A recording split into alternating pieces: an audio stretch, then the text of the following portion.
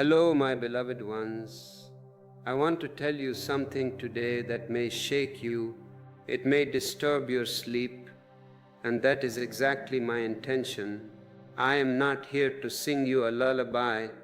The world is already doing that. The society, the politicians, the priests, they are all singing lullabies to keep you in a deep unconscious coma. I am here to disturb you. I am here to shake you by your shoulders until you open your eyes. What I want to tell you is this: the world you think you live in is not the real world. It is a fabrication, it is a ghost town, it is a world made entirely by your mind. You are living in a projection, a world built from fear, from memory, from imagination, from old wounds that have never healed.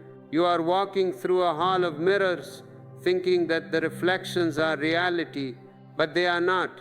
As long as you remain plugged into this mental matrix, this invisible network of thoughts and judgments, you will keep living the same day again and again.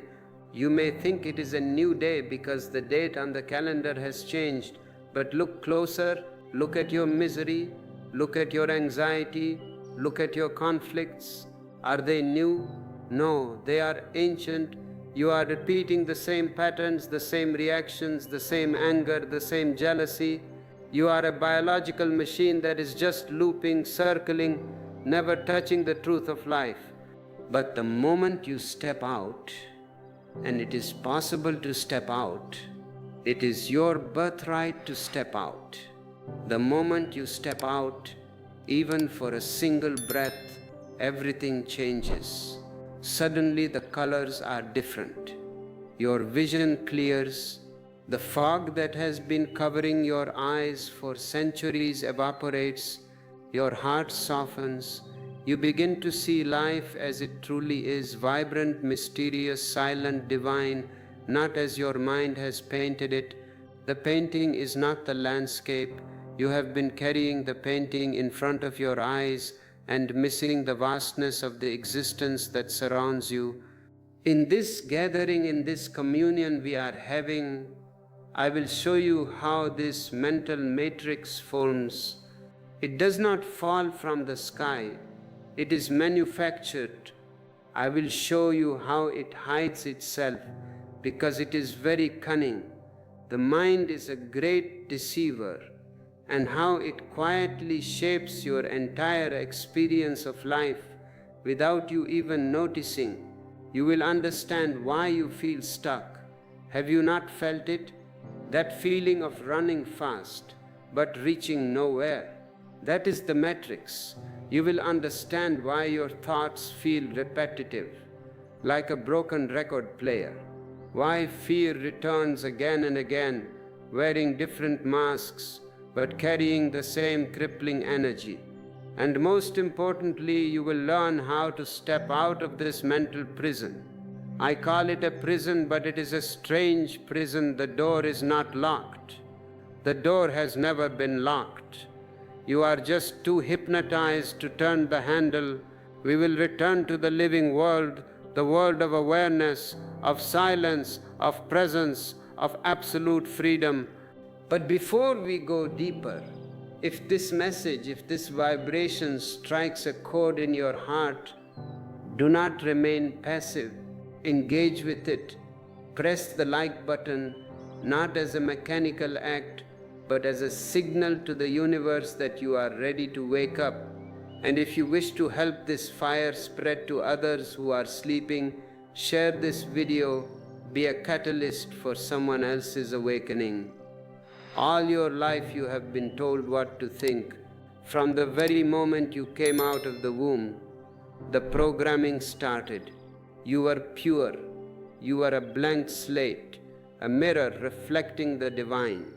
But then came the parents, the teachers, the neighbors, the priests. They all started writing on you. They told you how to behave. They told you who to become. They gave you a name, they gave you a religion, they gave you a political party, they gave you ambitions. Your mind has been shaped by thousands of voices that are not your own. Listen to the noise in your head right now. Whose voice is that? Is it yours? Or is it your father's voice criticizes you? Is it your mother's voice worrying about safety? Is it your school teacher's voice telling you that you are not good enough? Slowly, layer by layer, you became lost in that noise. You became the noise. You forgot the quiet space inside you. You forgot the clarity that comes when you see without judgment. When a child looks at a flower, he just looks. There is no word flower in his mind. There is no botany, there is no judgment. This is a good flower, this is a bad flower. There is just pure communion between the observer and the observed. You have forgotten that. You have forgotten that the world is not what your mind says. It is something far more mysterious, more open, more alive. Most people live in a dream created by their conditioning. They fight shadows. Look at the people walking on the street. Look at their faces. They are fighting enemies that do not exist. They are fearing illusions. They react to thoughts that have nothing to do with reality. Someone looks at you, and immediately your mind says, "He is mocking me," and you become angry. The person might have just been thinking about his own stomach ache, but you have created a hell out of nothing. And because this dream feels normal, because everyone around you is sleepwalking, you never question it. It seems to be the way life is. It is not. It is only the way your life is because you are asleep. But once you begin to question the dream begins to dissolve. The dream requires your belief to survive. It feeds on your attention. In this time together, we will walk through the architecture of the mental matrix. We will look at the bricks that build this prison, the habits, the beliefs, the memories, the fears that shape your inner world. I will show you how this invisible structure controls your thoughts, your emotions, your choices. You think you are choosing, you are not choosing. Your conditioning is choosing for you. You are just a puppet. You will learn how to see it. And seeing is enough. You don't have to break the wall with a hammer. You just have to switch on the light. When the light is on, the darkness disappears. You will learn how to step outside it and how to return to the world as it truly is. Silent, open, free. We will explore simple openings. I am not interested in complex theories. Philosophy is a disease of the mind. I am interested in existential surgery. We will look at simple practices, simple shifts that allow you to unplug effortlessly. And somewhere along the way, something inside you will begin to loosen. The grip of the mind will soften. A little space will appear, and in that space you will taste freedom, real freedom, not the political freedom, not the economic freedom. Those are superficial. I am talking about the freedom from yourself, the freedom from your past. If you want to support this work to ensure that this stream of consciousness continues to flow, consider becoming a member of this channel. Click the join button. It is a way of saying yes to the truth, a way of being part of an energy field that is dedicated to waking you up.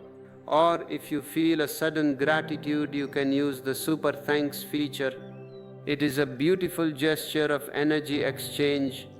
Now listen closely. Because once you unplug from the mental matrix, even for a moment, you will never fall asleep in the same way again. Once you have tasted the nectar, the water of the gutter will no longer satisfy you. As we enter this first doorway together, I want you to see something so simple, so obvious that the mind has learned to hide it from you. The greatest secrets are always open secrets. They are hidden in plain sight. What I am about to share might seem almost too simple. Your mind might say, "I know this." Beware of that thought. The moment you say, I know, you have closed the door. Put aside your knowledge. Be innocent. Here it is. You are not living in reality. You are living in a story. Every moment of your life, the mind is narrating. It is a constant commentator. It is interpreting, judging, adding meaning, creating a commentary that overlays the raw experience of existence like a thick fog resting over a clear lake. You see the fog, not the lake. And because this narration has been happening since the day you were born, you do not notice it anymore. It is like the hum of a refrigerator. You only notice it when it stops. You confuse the story with life itself. You confuse the commentary with the actual moment. But once you see the storyteller, once you witness the mind spinning its endless tales, the illusion begins to crack. A small gap opens through which the real world shines. Here is something most people completely miss. The mind does not simply describe reality, it replaces it. Listen to this carefully. The mind replaces reality. Instead of seeing what is, you see what your mind says about what is. Instead of hearing a sound, a bird singing, a car passing, you hear the judgment about the sound. It is too loud, it is beautiful, it is distracting. The reality of the sound is lost. The label remains. Instead of meeting a person, you meet your thoughts about the person.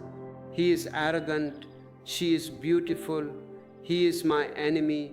You never meet the being standing in front of you. You are shaking hands with your own prejudices.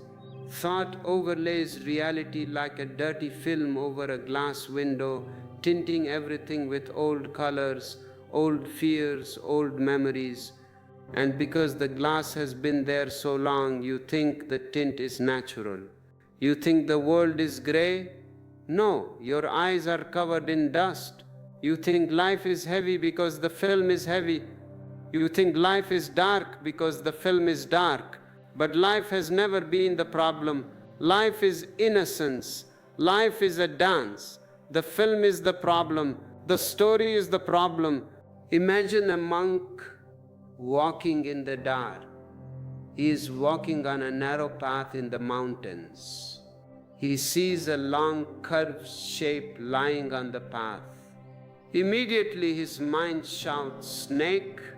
What happens in that instant? Fear rises like a tsunami. His breath tightens. His muscles contract. Adrenaline floods his system. He runs trembling, sweating, his heart pounding like a drum. He is in hell. But then the sun rises.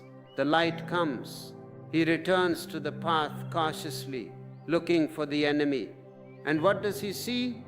It was only a rope, an old rotten rope lying on the road. Now analyze this. The fear he experienced, was it real? Yes. The sweating was real, the heartbeat was real, the terror was real. It could have given him a heart attack. But the cause of the fear, the snake, was it real? No. It was purely imaginary. It was a projection. This is how the mind works. This is how your mind works 24 hours a day. You suffer from things that do not exist. You fight enemies that were never there. You carry the weight of illusions, believing them to be solid. She didn't call me back, she hates me. Rope, I will fail this exam and my life will be over. Rope, they are whispering about me. Rope, and because the fear feels real, you never question the story that produced it. You try to solve the fear, you try to fix the fear. You go to a psychiatrist to treat the fear, but you never look at the snake. If you just look closely with a lamp, with awareness, you would see the rope. And the moment you see the rope, does the fear disappear? You don't have to make it disappear. It simply evaporates. You laugh at yourself. My God, I was running from a rope.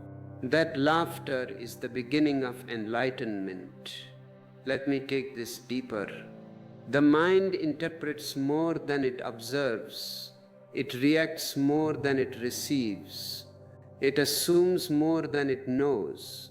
90% of your suffering comes not from what life gives you, but from what your mind adds to it. Life gives you a fact. The mind turns it into a tragedy. A word becomes an insult. A glance becomes a rejection. A delay becomes a disaster. A challenge becomes a threat. And think of how quickly the story forms. It is faster than lightning. Without pause, without awareness, before you even know it, you are angry. Before you even know it, you are depressed. The matrix is built not from the world, but from the mind's reflex to label everything it touches. It cannot leave anything alone. It has to categorize, file, judge, condemn, appreciate. It creates a barrier of words between you and existence. What I want you to see is that you almost never meet reality directly. You are living a second-hand life. You meet your own commentary. You meet the storyteller inside. You meet the narrator who never stops speaking. Yak, yak, yak, from morning to night, and even in your dreams it continues. And because you have been hypnotized by this constant narration, you mistake the voice for your own. You think, I am thinking. No, you are not thinking. Thoughts are happening to you. They are passing through you like traffic on a highway. You are just the space where the traffic is moving, but you jump into the cars. You become the traffic. You believe the story. You become the character in the story. You suffer the fate of the story. If the story is a tragedy, you cry. If the story is a comedy, you laugh. But you are neither the tragedy nor the comedy. You are the screen on which the movie is playing. But the moment you take a single step back, just one step, the moment you see the storyteller instead of being the story, something shifts quietly, profoundly. A small distance appears between you and the mind. This distance is the most precious thing in the world. In the East, we have called this distance Sakshi, the witness. In that distance, you begin to taste freedom. Why does this matter? Why am I insisting on this? Because the moment you see the story as a story, the illusion loses power. You do not have to fight the mind. Please, never fight the mind. If you fight the mind, you will lose. The mind loves a fight. It will gain energy from your resistance. Whatever you resist persists. You simply have to recognize it. Awareness breaks the spell. Awareness is the sword that cuts the rope. Awareness unplugs the wires that connect you to the matrix. Awareness shows you that you are not the thought. You are the space in which the thought appears. And once this truth begins to settle in your being, once it becomes not a belief, don't believe me, belief is just another thought. Experiment with it. Experience it. Once it becomes a felt experience, the grip of the mind loosens. The story no longer controls you. You begin to see life without the filters. You begin to see reality as it is. Simple, silent, open. If you are following this, if you are beginning to feel this separation between you and your mind, I invite you to go deeper. I have spoken about these techniques, these methods of witnessing in many of my books. You can find links to my ebooks in the description below. They are not just books, they are maps to escape the prison. Buying them is investing in your own freedom. Now that you have begun to see this storyteller, this restless mind that covers reality with its projections, we must turn to the deeper roots of the mental matrix, because the mind does not invent its stories from nothing. It has a library, it has a database. What I am about to show you may feel like a gentle shock, a quiet earthquake inside your understanding of yourself. The thoughts you call mine are not yours. The beliefs you defend for which you are ready to die are not yours. The fears you carry are not yours. Almost everything inside you was placed there by others long before you had the awareness to choose. You are a victim of good intentions. Your parents, your teachers, your society, your religion, your past, they all installed the program, and the program became your personality. The word personality comes from the Greek word persona. Persona means a mask. In the ancient Greek theater, actors would wear masks, and the sound would come through the mask. Sona means sound. Persona means through, that which comes through the mask. Your personality is a mask given to you by society. It is not your essence. It is not your individuality. Individuality is raw, wild, natural. Personality is cultivated, polished, fake. You think you built your identity, but in truth, your identity was constructed for you. You are living in a prefabricated house. This is why the matrix feels inescapable, because you believe it is you. If you think the prison is your body, how can you escape it? You have to realize that the prison is something added to you. Let us go slowly, because this is not blame. I am not telling you to go and be angry at your parents. They were also victims. They were programmed by their parents, and their parents were programmed by their parents. It is a long chain of insanity. It is a heritage of blindness. Adam and Eve were the first programmed robots, and since then the factory has been running. So this is not blame, it is elimination.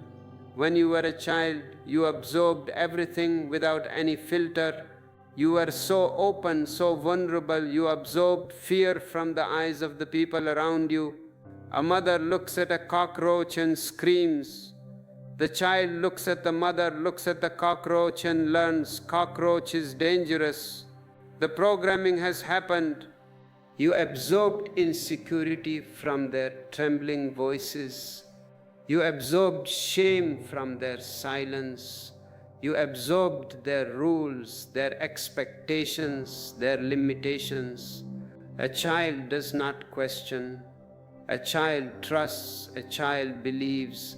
A child does not resist, it receives. So the conditioning entered you like water enters soil, quietly, invisibly, shaping the roots of your being before you even knew you had roots.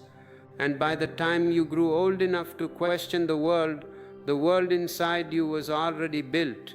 The concrete had already dried. Here is something most people never see.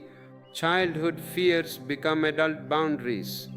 The small child who was told to stay quiet, don't speak, children should be seen and not heard, grows into an adult who is afraid to speak his truth, who feels a lump in his throat whenever he wants to express himself. The child who was punished for making mistakes grows into an adult terrified of taking risks. He wants to fly, but the program says it is safer to crawl.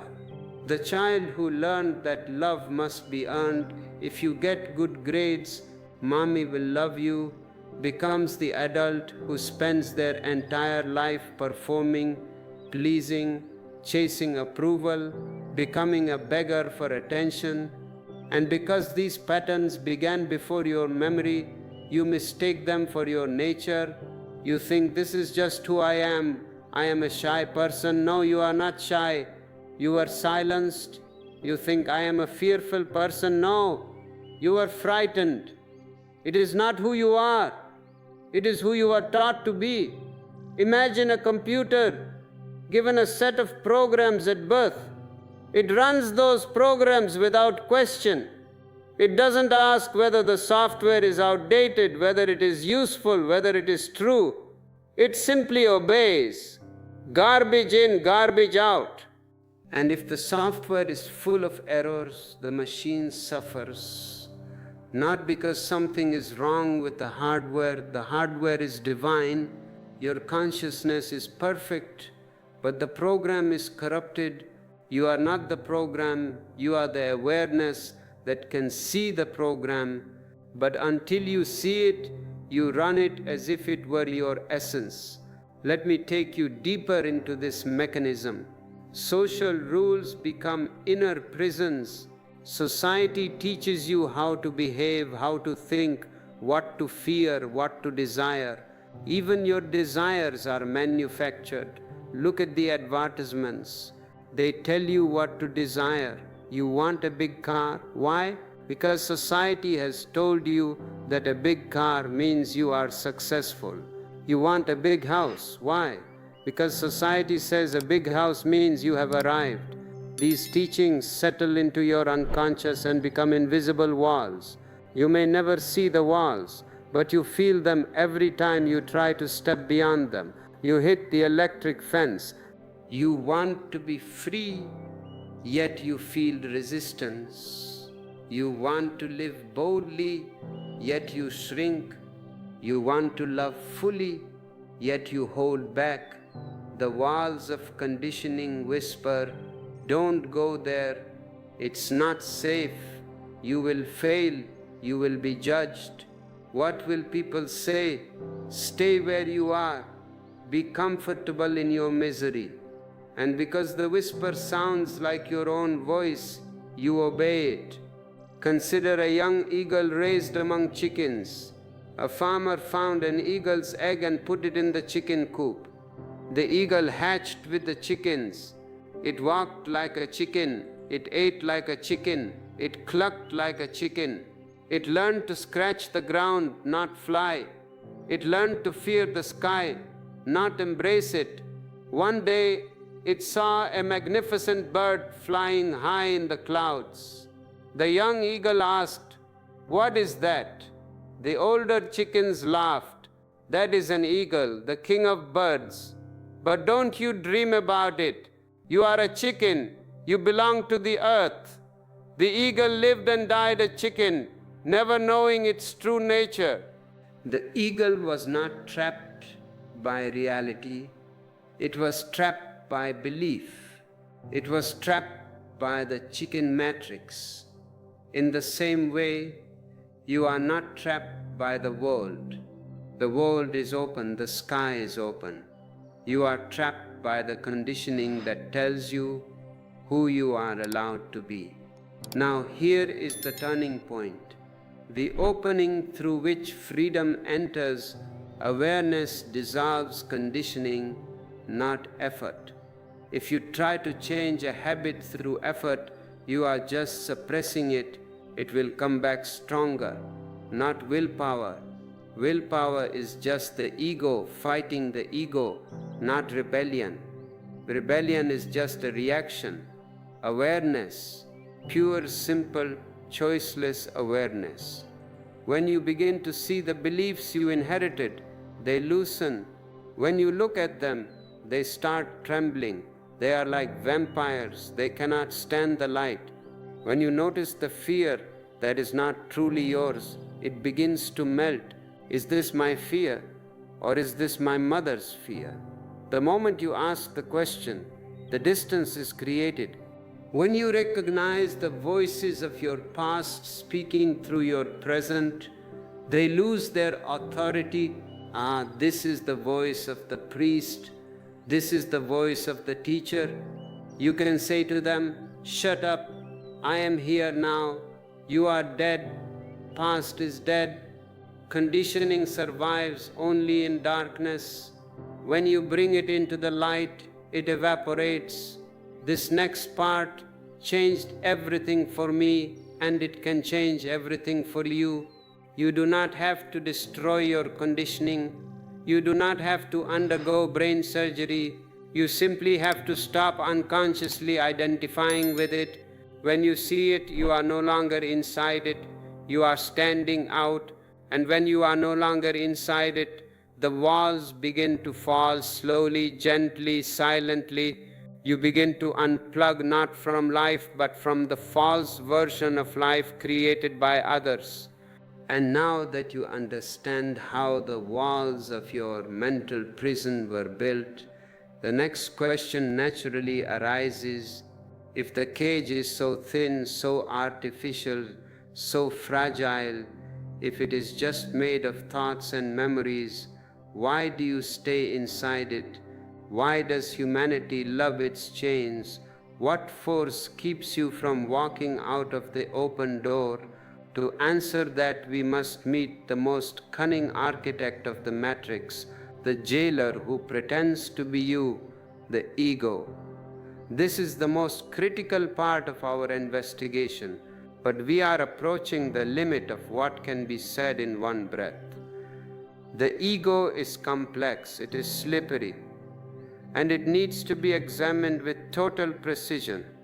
It is the most cunning force inside the mental matrix because it is not separate from you, or at least it pretends not to be. It wears your face, it speaks with your voice, it signs your signature.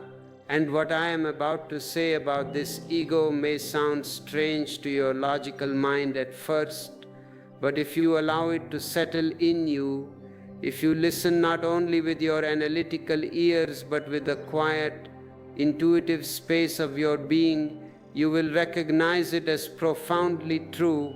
The ego needs problems to survive. This is the fundamental law of the ego. It feeds on them, it grows through them. Just as your body needs food, your ego needs conflict. It maintains its identity by constantly generating new problems, new fears, new conflicts, new enemies. Without a problem, the ego begins to dissolve like a shadow when the sun rises. And this is why you stay trapped in the mental matrix, because unconsciously, deeper than your conscious desire for happiness, you are addicted to your own misery. The ego does not want freedom. The ego wants continuity. It wants drama. It wants something to hold on to, even if what it holds is a burning coal that burns your hand. It would rather hold a burning coal than hold nothing. Let me take you slowly into this, because this is the root of your suffering. The ego is not a thing. It is not an entity sitting inside your chest like a stone. It is not a real someone inside you. It is simply a collection of thoughts repeating themselves, a pattern, a habit, a process. It is a verb, not a noun, but it behaves as if it is alive, as if it must defend itself at all costs. Imagine a small fire in the woods. It is shaky and fragile. If you stop feeding it, what happens? It dies, it turns to ash. So to keep itself alive, it constantly demands wood. It screams for fuel. It doesn't care whether the wood is dry or rotten. It doesn't care whether the wood is expensive sandalwood or dirty garbage. It doesn't care whether the fire burns down the whole beautiful forest. It simply wants fuel. Your problems, real or imagined, mostly imagined, are the wood that keeps the ego burning. Here is something most people completely miss. When the mind has nothing to worry about, have you noticed? It becomes uneasy. It feels lost. It feels empty. A strange anxiety arises. You are sitting on a beach, the sun is setting, everything is beautiful, and suddenly your mind says, but what about tomorrow? What about that email? What about what she said 10 years ago? Why? Why can't it just be? Because in the absence of problems, the ego has no purpose. And a purposeless ego is a dying ego.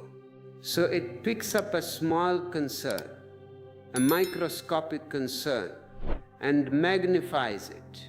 It puts it under a magnifying glass. It invents a fear. It replays an old memory. It projects a worst-case future. It ensures you remain busy, distracted, entangled, always fighting something, always fixing something, always running from something. The ego loves activity. The ego is a workaholic. Even in your sleep, it is working, creating nightmares, creating dreams, just to keep the machinery running. Awareness loves stillness.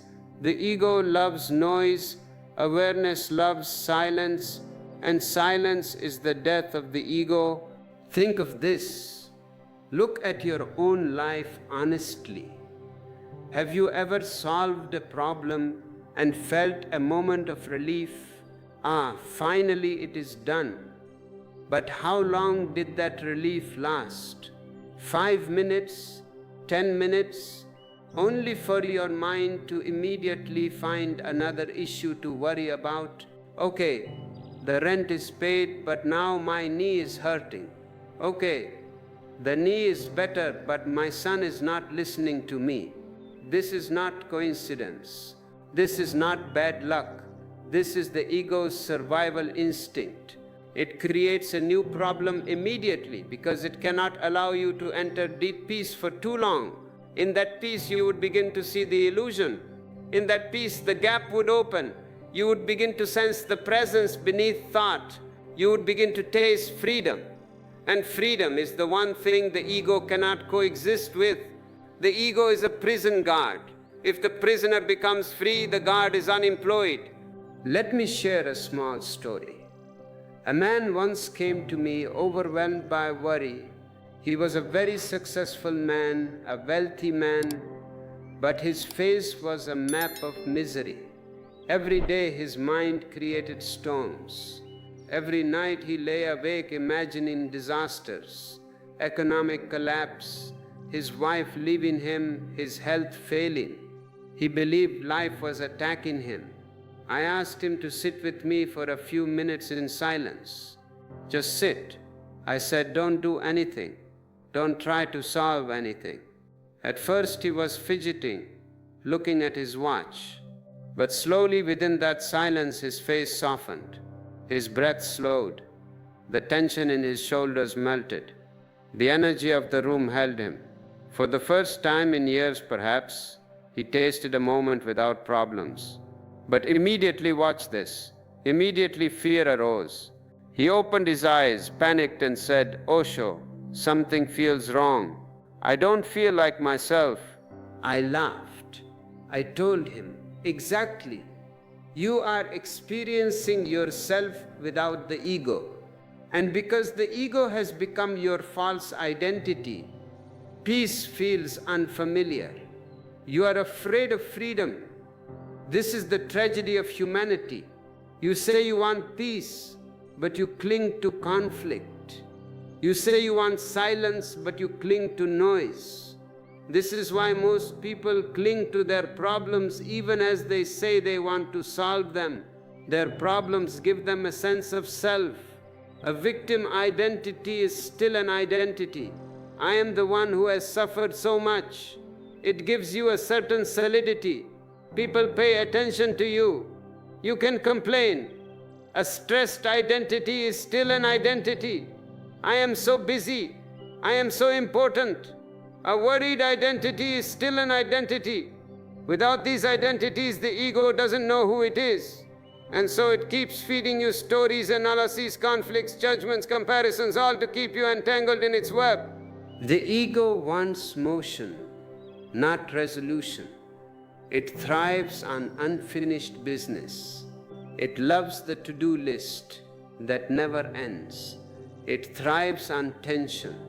A solved life is a quiet life, and the ego does not know how to live in quiet. Now, why does this matter for unplugging from the mental matrix? Why am I dissecting this mechanism? Because until you see this, you will keep believing that your suffering is caused by life. You will keep thinking, if only I had more money, I would be happy. If only I found the right partner, the noise would stop. No, you will keep thinking something outside you needs to change.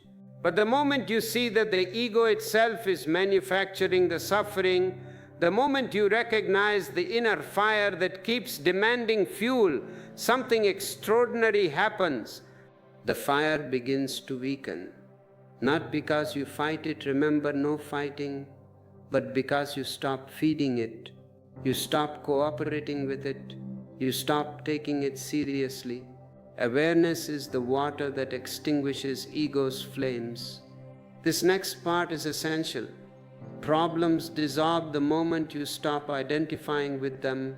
You look at the problem and you say, this is a situation, it requires action, I will act. But you don't make a psychological problem out of it. You don't carry it to bed. You don't let it eat your heart. The ego collapses the moment you stop believing its voice. You don't have to fix the mind. The mind is not broken. It is just doing what it has been programmed to do. It is a survival machine that has gone crazy. You only have to see it. Seeing breaks the spell. Seeing is liberation. If you are beginning to see this mechanism in yourself, if you are beginning to realize how much you have been feeding your own suffering, show your commitment to this truth. Click the like button on this video. It is a small action, but it signifies a readiness to change. And if you have benefited from this channel, if these words have served you, consider using the super thanks button to support our work. It allows us to reach more sleeping souls. Now that we have exposed this first strategy of the ego, the addiction to problems, we must move to the next one even more subtle, one that keeps you trapped in the matrix even when everything outside is peaceful. The ego's fear of silence, and why silence is the most dangerous thing you can offer your mind. We step now into one of the most delicate, most powerful truths about the ego. A truth that, once seen, explains almost every form of inner turmoil. What I am about to share may sound simple, but it reveals the very heart of the matrix. The ego is terrified of silence. Please understand the word terrified. It is not uncomfortable with it. It is not uncertain about it. It is terrified. It is a death fright. Because silence is the one force that exposes the ego's illusion completely. Silence is the mirror in which the ego cannot find itself. When you look into absolute silence, who are you? You are not a name. You are not a doctor or an engineer. You are not a Christian or a Hindu. You are not a father or a son. In silence, all these labels fall off. And when the labels fall off, the ego panics. It begins to tremble. It begins to create noise, thoughts, memories, worries, fantasies, anything, literally anything, to avoid falling into the great emptiness that silence reveals. Let me take you slowly into this. Silence is not merely the absence of sound. If you turn off the radio, that is not silence. That is just a pause in the noise. Silence is the presence of yourself. When the world around you becomes quiet, when the external distractions are removed. Have you tried this? Sitting alone in a room with no phone, no book, no TV. When the mind begins to slow, when there is nothing left to distract you or entertain you or provoke you, you begin to face the one thing the ego cannot tolerate: pure awareness. Awareness without content. Awareness that does not need identification. Awareness that exists before the mind, beneath the mind, beyond the mind. Awareness in its naked form is freedom, and freedom is death to the ego. Here is something most people never understand. The ego thrives on noise because noise prevents you from meeting yourself. As long as your head is filled with thoughts, as long as your life is filled with activity, as long as you are constantly moving toward the next thing, the next holiday, the next purchase, the next promotion, the ego knows it can survive. It hides in the movement. It is a fugitive hiding in the crowd. If the crowd disperses, the fugitive is exposed. It hides in the commentary. It hides in the distractions you use to avoid being alone with your own consciousness. Why do you think people are so addicted to their phones? It is not because they are interested in the news. It is because they are terrified of the moment the screen goes black and they see their own reflection. That is why silence feels threatening. At first, it feels like boredom. Boredom is just the ego's first layer of defense. This is boring. Let's do something. If you stay with the boredom, if you penetrate the boredom, you will hit restlessness. If you penetrate the restlessness, you will hit fear. It begins to pull the mask away, and without the mask, the ego has no face. Imagine a seeker sitting alone in a small, quiet room for the first time. No phone, no music, no conversation, no tasks, only themselves. Within moments, the mind begins to stir. Thoughts arise loud, intrusive, restless. Memories appear you haven't thought of in 20 years. Regrets surface, fantasies shimmer. The mind does everything it can to fill the silence. It creates a carvilla, and if the seeker persists, if he stays in the chair, something else happens. Fear, a deep, unexplainable fear. What is happening to me? Am I going crazy? Why do I feel this unease? That fear is not from the silence itself. Silence is innocent. Silence is motherly. The fear is from the ego sensing its own dissolution. The ego mistakes silence for danger because silence erases everything it has built. In silence, the ego cannot survive. Let me give you an image to hold in your heart. Imagine a lake. This lake is constantly stormy. Winds are whipping the surface into great waves. White caps, foam, crashing water. You stand on the shore, you look at the water, and you think this is the lake. It is a chaotic, dangerous, noisy thing. But it is not. It is only the surface.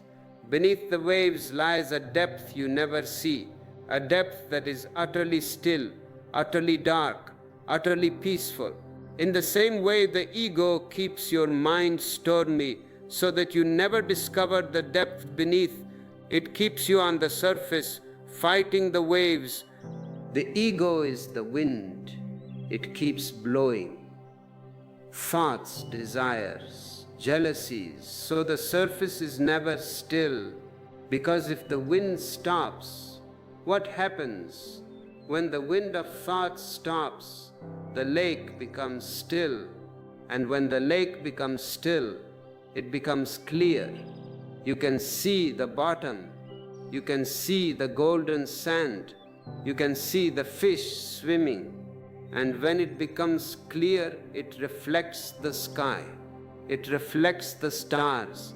It reflects the divine. Silence is the stillness where you begin to see your true reflection. You realize, I am not the waves, I am the water, and I am the reflection of the sky. Now, why is this important for unplugging from the mental matrix? Because silence is the matrix breaker. It is the master key. All the psychological structures, all the illusions, all the stories of the mind, they depend on constant inner noise to stay alive. They are sound structures. The moment you enter silence, even for a breath, the matrix begins to crack. The cement crumbles, the stories weaken, the beliefs loosen, the identity softens, In silence, you discover that thoughts are just thoughts, not truths. You see a thought floating by, I am a failure. In the noise, you believe it. In silence, you see it as just a cloud, a dark cloud maybe, but just a cloud. It comes, it goes, you remain. You discover that fear is just sensation, not destiny. It is just energy moving in the body. It has no meaning unless you give it meaning. You discover that the world you built in your mind is made of smoke, and silence is the breeze that clears it. Let me show you how this works. It is very practical. When you sit in silence without trying to control anything, this is key.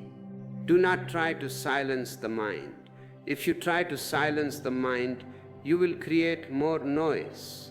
You will create a conflict between me and my mind. That is just the ego in a new costume. Simply sit without trying to achieve enlightenment, without trying to meditate correctly, without trying to be holy. Simply allowing yourself to be, the mind becomes visible. Every thought that arises stands out clearly like a bird flying across an empty sky. You begin to see the patterns. Ah, here comes the anger bird. Here comes the greed bird. You begin to see the repetition. This bird has flown by 1,000 times today. And most importantly, you begin to see that you are the witness, not the thinker.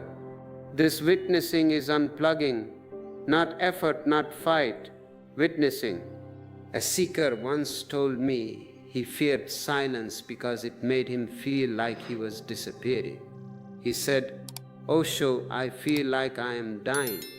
I smiled and said, only the false disappears in silence. What is real remains. Let the false die. Let the mask fall and break.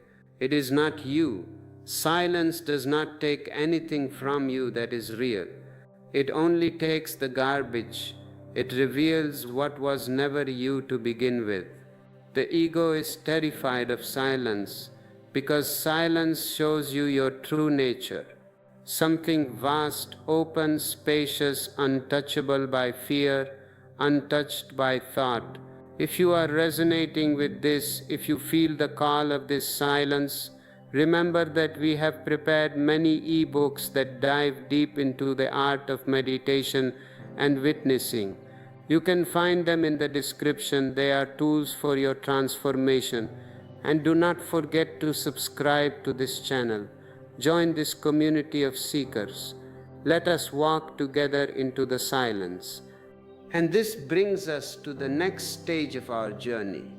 Once the ego's strategies are exposed, its addiction to problems, its fear of silence, a new possibility opens, a door that was previously invisible, the possibility of seeing the mind without becoming the mind, the possibility of witnessing thoughts instead of drowning in them. This is the beginning of true freedom. This is the beginning of unplugging. Now that you have seen how the ego survives by creating problems and how it trembles before silence, we can finally enter the doorway through which real freedom begins. The art of watching the mind without joining it. And what I am about to share with you is perhaps the most transformative insight a human being can ever discover. It is the secret of all the Buddhas. It is the golden key. The most simple and yet the most revolutionary truth. You are not the mind. You have a mind. Yes, just as you have hands, just as you have feet. If your hand starts hitting you, you know something is wrong. But your mind is hitting you constantly, and you think it is normal. You have a mind, but you are not it. You are the space in which the mind appears. You are the witness, the watcher, the awareness that sees thoughts coming and going like clouds drifting across an endless sky. This next part changed everything for me. the moment you stop being the thought and begin watching the thought, the matrix begins to dissolve. The spell breaks, the hypnosis is interrupted, the illusion weakens. A great clarity emerges softly, silently, like dawn arriving without effort. Let us move slowly into this truth, because it is subtle, it is slippery. The mind will try to trick you again. When a thought arises in you, let's say fear or anger or a painful memory or a judgment, what happens immediately? Usually, you become entangled with it. You embrace it. You merge with it. You don't just witness the fear, you become the fear. You say, I am afraid. No, the fear is there, but I am the one seeing it. You don't just observe the anger, you become the anger. You start shouting, your blood boils. You don't simply see the memory, you disappear into it. You are back in 1995, reliving the pain, losing your presence, losing your awareness, losing yourself. In that moment, the thought becomes the puppeteer and you become the puppet. It pulls the strings and you dance. The matrix is not the thought itself. Thoughts are innocent. They are just energy. The matrix is your unconscious identification with the thought. You mistake the passing cloud for the sky itself. Here's something most people never realize. A thought has no power unless you give it power. It is powerless. It is a ghost. It cannot hurt you. It cannot force you to do anything. A thought has no weight unless you carry it. If you don't pick it up, it floats away. A thought has no reality unless you believe it. Your belief is the blood you give to the ghost. Stop believing and the ghost falls dead. Thoughts are like actors on a stage, constantly performing, constantly shifting roles. One moment they play the villain, you are a terrible person. Another moment the victim, everyone is against me. Another moment the hero, I will save the world. And you sit in the audience hypnotized, forgetting that you are not part of the drama. You are not on the stage. You are sitting in the dark, watching. You simply forgot you are the watcher. Imagine a man walking along a mountain path. It is a beautiful day. Suddenly a cloud covers the sun. The path becomes dark. He panics. He starts crying. The sun is gone. The light is gone. I am lost. But a wise shepherd, sitting nearby, laughs. He says, my friend, the sun has not gone anywhere. The sun is exactly where it was. You are simply standing beneath a cloud. Thoughts are clouds. Awareness is the sun. Thoughts come and go. Clouds change shape. Sometimes they are white and fluffy. Sometimes they are dark and stormy. But the sun, awareness remains. It never changes. It is never wet by the rain. It is never burned by the lightning. The moment you remember this, the mind loses its grip over you. Let me take this deeper. When you begin watching the mind, you create a small distance, a gap, a space between yourself and your thoughts. In that space, clarity is born. In that space, freedom appears. In that space, the thought cannot dominate you. It becomes a passing event, not a prison. This distance is the beginning of awakening. The mind cannot deceive you when you are watching it. It is like a thief. If the house is empty, the thief enters boldly. But if the master of the house is sitting in the chair, awake, watching, the thief freezes. He cannot steal. Just as a thief becomes powerless when someone is observing him, the ego becomes quiet when the witness is present. A man once came to me filled with anger. He was a very angry man. His face was red. He said, "Osho, I cannot control it. It explodes, it destroys my peace, it destroys my relationships." I told him, "Do not try to control it. Control is suppression. If you control it, it will go into your basement and wait. It will become cancer. Do not control it." "Then what should I do?" he asked. "Simply watch it," I said. He looked confused. "Watch it? But I am angry." "No," I said. "Anger is there. You are here. Watch the anger. Close your eyes and look at it." He tried. The next time anger arose, instead of becoming the anger, instead of shouting and breaking things, he watched it rise like a stone forming on the horizon. He watched the heat in his chest. He watched the tension in his jaw. He watched the rapid beating of his heart.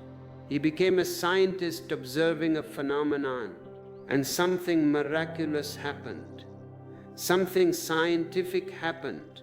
Instead of exploding, the anger dissolved. Not because he suppressed it, not because he forced it down, but because he observed it. He did not give it his identification. He did not pour his energy into it. Watching transforms the watcher. Watching dissolves the illusion. Watching is unplugging. This is the why behind the law. Now the what? Watching means awareness without judgment. It is very specific. It means seeing the thought without calling it good or bad. The moment you say this is a bad thought, you are not watching anymore. You are judging. You have entered the matrix again. The moment you say this is a wonderful thought, I want to keep it, you are clinging.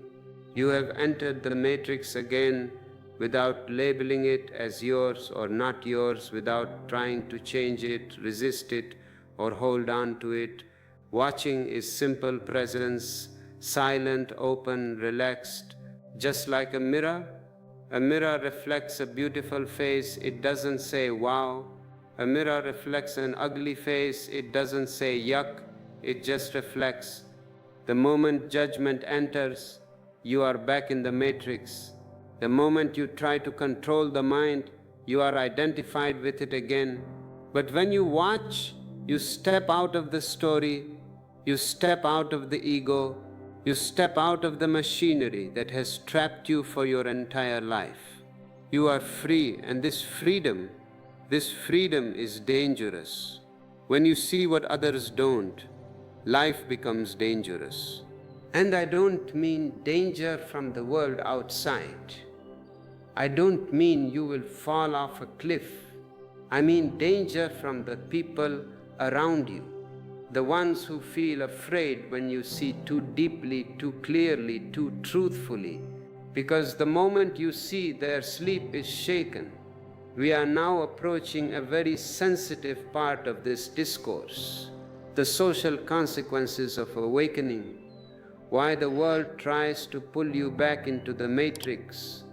I mean danger from the sleepwalkers. In this talk, I will show you why seeing deeply brings both freedom and pain. I will help you understand why others react to your clarity with such sudden coldness, why truth makes you calm but makes others afraid, and how to live with open eyes in a world that prefers blindness. You will learn how to keep your inner light safe. It is a flame in the wind. You have to cup your hands around it. You will learn how to live without shrinking yourself, how to stay open without being wounded, and how to turn this danger into your greatest strength. You know the feeling, you have felt it many times. You see something that others miss, a lie, a mask, a game, a hidden agenda, and instead of thanking you, instead of saying, "Oh, thank you for showing me the truth," people step away. They get tense. They get defensive. They attack you. They say you are too much. They say you are too honest. They say you are too sensitive. But I tell you, you are not too much, you are simply awake. And this world has always feared the awake ones, not because the awake do harm. A Buddha does not harm, a Jesus does not harm, but because their seeing breaks the illusions that others cling to for safety. I am not here to make you blind again. I am here to help you walk with clarity without losing your peace, to help you see without suffering. In this message, I will take you step by step into the secret world of seeing. I will show you why deep seeing is a gift and why this gift often feels like a burden. We will explore the hidden fear people have toward those who understand too much. We will look at the clash between awareness and ignorance, between truth and comfort, between clarity and social rules. And later in this time I will share something very rare: how to carry your seeing with grace, how to be a mirror without judging the reflection. Listen closely. By the end, you will not only understand the danger of seeing, you will understand the power of it. When you begin to see what others don't, something very strange happens inside you. And I want to take you gently into that space now, because this is where the real journey begins. You have heard my words about danger, but before the world reacts to your awakening, you react to it. And this inner reaction is the first burden, the first shock, the first taste of truth that feels less like a blessing and more like a wound. What I am about to share may sound unusual at first, but stay with me, because once you understand this, you will understand why your clarity has always felt heavy in the beginning. You see, when you wake up, when your eyes open in a way they never have before, you suddenly become aware of things you cannot unsee. Small lies. I love you, someone says, but you see their eyes are empty. Small games. I am doing this for your own good, someone says, but you see they are controlling you. Small masks, small pains hiding behind big smiles. Most people, without knowing, live behind these curtains of illusion. They call it comfort, they call it being civilized, they call it normal, they call it life. And you too once lived there. You lived in that soft fog where everything looked familiar, predictable, safe. But when the fog lifts, it is as if a bright light enters your eyes, a light so strong that your whole being contracts, a light that shows you not only beauty but cracks, not only truth but all the lies. Truth exposes simply by existing. This is why deep seeing feels like a curse at first. It is not because truth is painful. Please remember this: truth is never painful. Truth is bliss, truth is ecstasy. What hurts is the breaking of illusions that once protected you. It is like stepping out of a dark room into the midday sun.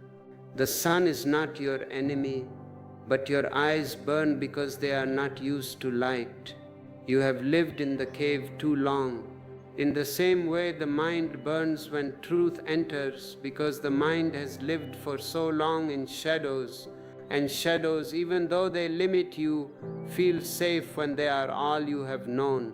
Let me give you something simple, something human. Imagine a small child in a family where everyone pretends everything is fine. They laugh, they smile, they act like all is well, they take family photos. But the child feels something, a tension in the air, a coldness between the parents, a heaviness in the silence. The adults don't see it because they've trained themselves not to. They have agreed to the lie, but the child sees it without wanting to. That is the burden of awareness. You do not choose to see, seeing happens to you. And once it happens, You can never go back to pretending. You cannot play the game anymore. And when you stop playing the game, the other players get angry. This is the first danger, sensitivity. When you see deeply, you feel deeply. You become a sponge. You pick up the pain others avoid. You sense the dishonesty behind words, the insecurity behind anger, the longing behind cruelty. You see the wound inside another person before they even know it is there. And this makes you feel alone, terribly alone, because you are sensing a world beneath the world, a world no one talks about, a world most people refuse to look at. But here is something beautiful hiding beneath the heaviness. This sensitivity is not a weakness. It is the beginning of wisdom. When your eyes hurt from the light, it means the light has entered. When your heart aches from seeing too much, it means your heart is alive. It means the stone has broken and the flower is coming out. And this early pain is not a sign that you should close your eyes again. It is a sign that your inner vision is waking up, stretching, adjusting. I am telling you this so you don't mistake the first discomfort for a wrong path. The beginning of awareness is always uncomfortable. Before clarity becomes peace, it is fire. Before understanding becomes strength, it unsettles. Before truth becomes beauty, it breaks the shell around your eyes. This is why the first stage of awakening feels like a burden, because it is breaking the old so the new can enter. And once you feel this tension inside yourself, once you begin to see more than others want to see, a new challenge begins. One that does not come from you, but from the world around you. Because the moment you see too much, others begin to see that you see. And that brings its own danger. When you begin to see clearly, when your eyes open and your inner light sharpens, the first shock happens inside you. Yes, but the second shock comes from the world around you. And this shock is even deeper, because it reveals something you never expected. You think people will welcome your clarity, you are innocent. You think, I see the truth, I will share it and everyone will be happy. You think they will feel helped by your insight. You think they will feel safe around your understanding. But what I am about to tell you may surprise you. Most people don't want to be seen. They want to be seen only as they present themselves. They want to be seen as the mask. They want to be understood only at the level they allow, only at the depth that protects their illusions, only at the distance that keeps their masks intact. And when you look past that mask, even with love, even with innocence, even without speaking, it can shake their entire world. Seeing too much creates a strange disturbance around you. It is not something you try to do. Your presence itself becomes a mirror. And when someone who is still asleep stands before a mirror held by an awake person, they don't see your clarity. They see their own fear. They see the cracks in their own stories, the lies they have told themselves to feel safe, the games they have played so long that they now call them truth. And your presence without effort, without intention, without even wanting to, shines a light on these cracks. This is why people become uncomfortable. This is why they step back. This is why they avoid the one who sees. Let me take you into a very human example. Imagine a group of friends laughing, gossiping, complaining. Everyone is enjoying the drama because it keeps the mind busy and avoids the deeper emptiness inside. Gossip is a drug. Complaining is a glue that holds unconscious people together. But you, because you see, because your heart has begun to awaken, suddenly notice the falseness in the laughter. You hear the hollow sound. You feel the insecurity behind the jokes, the loneliness hidden in their noise. And for a moment your eyes soften, you don't judge them, you don't say a word, you simply see, and in that seeing something subtle shifts in the atmosphere. Someone becomes uneasy, someone feels exposed, someone thinks, "Why are you so quiet? Why aren't you like us? Are you judging us?" They don't know what they are reacting to. They are reacting to the mirror your awareness has created. It is like the story of the child who pointed at the emperor and said, "He has no clothes." The emperor wasn't angry because the child lied. He was angry because the child saw. He was angry because the child destroyed the collective hallucination. And this is the reaction of the world to those who see. They fear you not because you are dangerous, but because your clarity reveals their nakedness. And when people feel revealed before they are ready, they will resist, they will deny, they will defend, they will push you away. They do not push you. They push the reflection they cannot bear to meet. You may notice how people become defensive around you, even when you speak with kindness. They may accuse you of being too intense. "Why are you always so serious? Why can't you just relax and have fun?" But having fun to them means falling asleep. Having fun means getting drunk on unconsciousness. Remember this. These accusations are not about you. They are about the discomfort truth creates in someone who has not yet learned to face themselves. When people say you are too much, they are really saying, "I am not ready to see what you see. I am not ready to be seen the way you see." And social groups, friendships, even families operate through shared illusions. They are like clubs, and the first rule of the club is do not wake up. Small agreements, small stories, small lies that keep everyone comfortable. When one person wakes up inside that structure, everything shifts. You disturb the pattern just by being present. You are a vibration of wakefulness in a field of sleep. You bring air into a room where windows have been closed for years, and fresh air, even though it brings life, first brings discomfort. Stale rooms do not welcome wind. People get colds from fresh air. They prefer the recycled stale air of their own conditioning. But I don't want you to misunderstand this. The world's resistance to your clarity is not rejection. It is fear. And fear is always a sign that something real has touched the surface. When a person backs away from your insight, it means you have reached a place in them they have avoided all their life. If they ever grow, if they ever awaken, if they ever seek truth, they will remember you not with anger but with gratitude. They will say, "That person was the first one who really saw me." For now they protect themselves the only way they know, by stepping back from the light.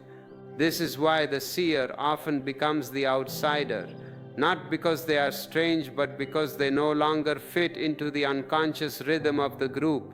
Your drum beat is different, your music is different, your presence creates a different vibration, a different pace, a different depth, and those who live on the surface cannot breathe in that depth yet. They gasp for air. They will join you only when their own heart calls them to. But don't let this frighten you. Don't shrink your seeing to make others comfortable. This is the greatest temptation of the seeker, to close your eyes just a little bit, to squint so that you don't scare people. Do not do it. If you close your eyes, you betray your own soul. Don't dim your light to match their darkness. The discomfort others feel is not your fault. It is the first stirring of their own awakening, even if they don't realize it yet. And this reaction from the world leads you to a deeper struggle. one not created by people, but by the conflict inside your own being, where your seeing meets the word sleep. And you must learn how to live between these two worlds without losing your center. This is the art of the witness. When you see what others don't, when your eyes open and your heart begins to feel the world without its masks, a deep struggle begins inside you, not the struggle with others. That is external. I am talking about the civil war inside. This is the moment where awakening becomes heavy, where silence becomes loud, where clarity becomes both a blessing and a burden. And I want to take you slowly into this inner space, because unless you understand what happens here, you will think something is wrong with you. You will think you are becoming antisocial. You will think you are becoming depressed. In truth, nothing is wrong. You are simply waking up in a world that still sleeps. And this creates a tension inside your being that you must learn to hold with gentleness. You see, once you begin to see truth, you can no longer lie to yourself. That is the first conflict. The world asks you to pretend, it demands it, it rewards it, it gives medals for pretending, it asks you to play along, to agree with things you do not feel, to laugh at jokes that are not funny, to follow rules that make no sense to your heart. Before you awakened, you could do it easily. You were a good actor. You could join the noise, you could gossip, you could say yes when your whole body wanted to say no. But now, something inside you refuses. It is a physical refusal. Your throat tightens, your energy drops, you feel like you are vomiting your own soul. And this refusal, this inner honesty, begins to clash with the outer world that still moves in the old rhythm. You become divided. One part pulled outward by habit, by society, by expectation. I should go to the party, I should be nice. And another part pulled inward by truth, by silence, by awareness. I cannot go, it is false. This is why many who see deeply feel a loneliness that cannot be explained. You can be in a room full of people and still feel far away. Not because you are disconnected, in fact you are more connected than ever, but because you have begun to live at a different depth. They speak from the surface, you hear from the center. They talk in noise, you listen in silence. They react without awareness. You feel the roots of every emotion. And this difference creates a gap, a space, a distance that is not your choice. It is simply the nature of awakening. Imagine you are in a busy marketplace. Everyone is shouting, bargaining, rushing, cheating. You stand there and suddenly something quiet rises within you, a longing for stillness, a need for depth. You want to step away from the noise, to breathe, to listen, to feel something real. But you also feel the pull of the crowd, the pull of belonging, the pull of being normal. You know you can't go back to sleep, but part of you still remembers the comfort of it, the comfort of the herd, the warmth of the sheep pressed against each other. This is the inner conflict of the awake mind. The heart moves toward truth, while the old self tries to hold on to familiar shadows. And this conflict becomes even stronger, because once you see, you cannot unsee. You cannot force your eyes to close again. You can try. Many people try. They use alcohol, they use drugs, they use endless entertainment to try to close their eyes again. But it doesn't work. You cannot pretend that lies are truth. You cannot go back into the egg once you have grown wings.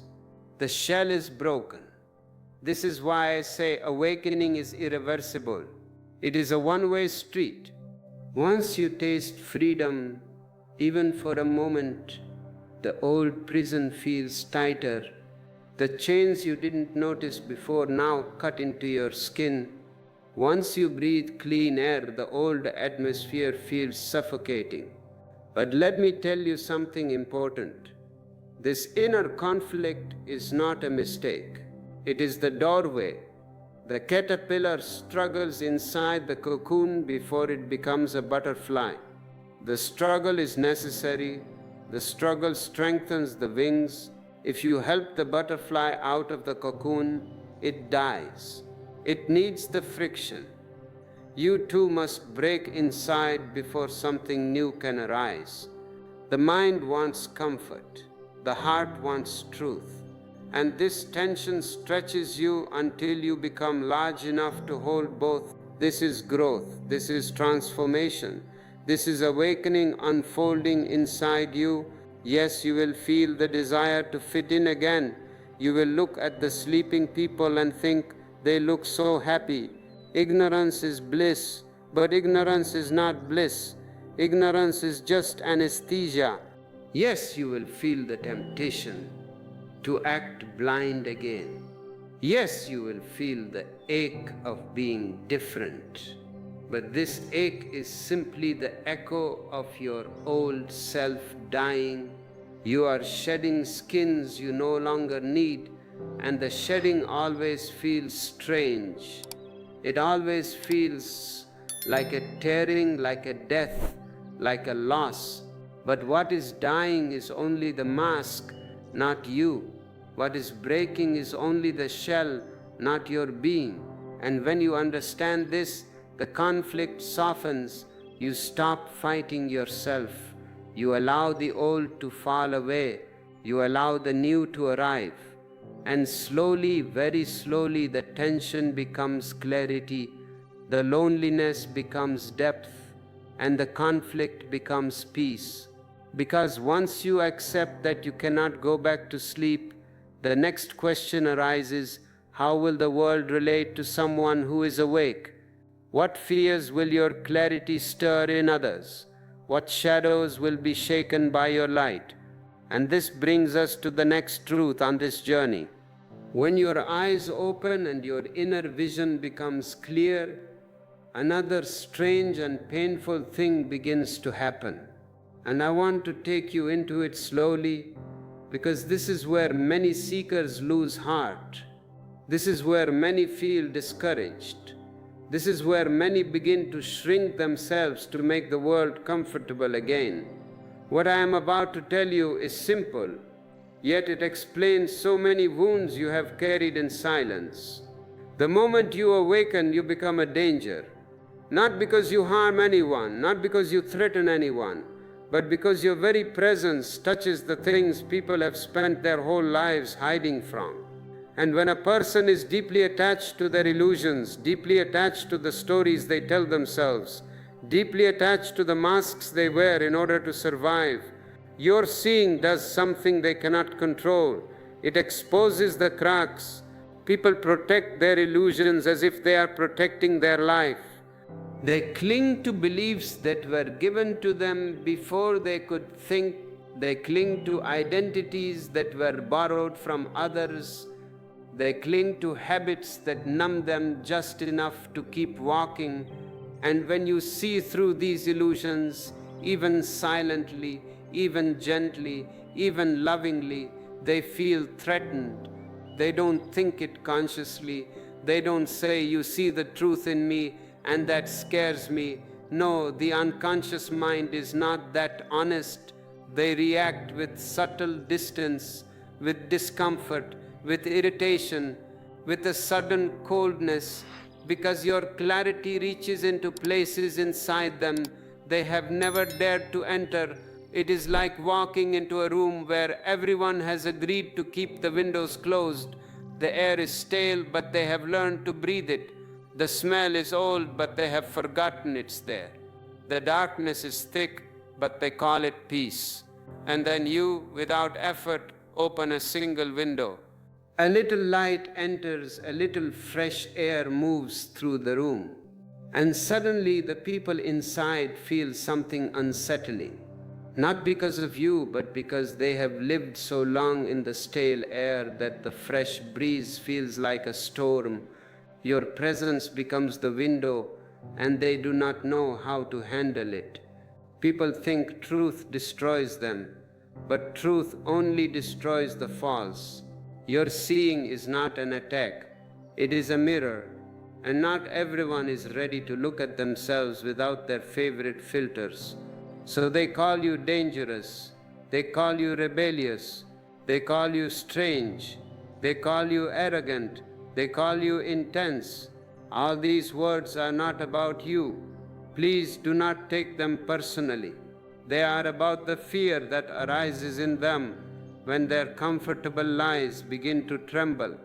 If you are feeling this, if you are feeling the weight of being the one who opens the window, I want you to know you are not alone.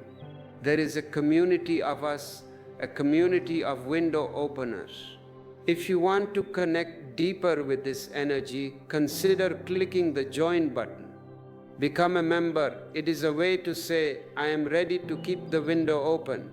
Let me give you something simple to feel this more clearly. Imagine a village built beside a river. The river slowly rises each year. A few people, the sensitive ones, the awake ones, notice the water creeping higher.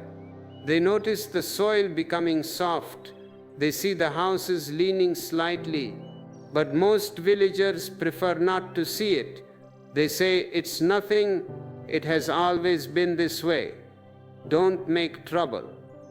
Why? Because seeing the truth would require change. It would require moving the village. It would require courage. It would require leaving behind the familiar. Then one day someone finally speaks, look, the river is rising. We must prepare. And what happens? The villagers become angry. They don't thank him. They stone him. Not because the river isn't rising deep down, they know it is, but because the truth exposes their denial, they attack the one who sees not the water. This is what happens when you awaken. You disturb the denial. You disturb the sleep. You disturb the patterns that keep others comfortable. And without intending to, without speaking a single word, without doing anything at all, your clarity becomes a silent revolution. And every revolution, even a quiet one, feels threatening to those who want the world to stay exactly as it is. But I want you to understand something deeper, something softer, something that will help you walk through this world without shrinking yourself. People do not fear you. They fear the shift inside themselves that begins when they meet you. They fear the trembling they feel in their beliefs. They fear the questioning that rises in their mind. They fear the honesty that starts knocking on their inner door.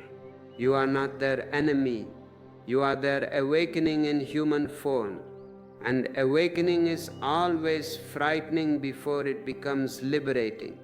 And once you understand this, once you see that others' fear is not rejection but a sign of the truth touching them, compassion begins to grow in you.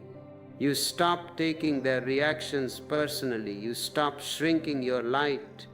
You stop apologizing for your clarity. You begin to walk softly, gently, with awareness. You allow others to move at their own pace, knowing that your presence will do its work even if they are not ready to welcome it consciously. And when your compassion deepens, another realization arises, one that transforms your entire journey. The very burden that once felt heavy, the very clarity that once felt dangerous, the very seeing that once isolated you, slowly becomes your greatest strength. When the world begins to fear your clarity, when people step back because your seeing touches the places they have kept hidden even from themselves, something important begins to happen inside you. Something quiet, something steady, something powerful. For a long time, the awakening feels like a burden. It feels like a weight you must carry alone. It feels like a fire burning inside your chest with no one to share its warmth. But slowly, as you stop fighting what you see, as you stop trying to fit again into rooms that can no longer contain you, as you stop shrinking yourself to make others feel safe in their darkness, a transformation begins. The same truth that once felt heavy begins to feel like the very thing supporting you, because awareness once accepted becomes strength, not the strength of tension, not the strength of ego. I am right and you are wrong.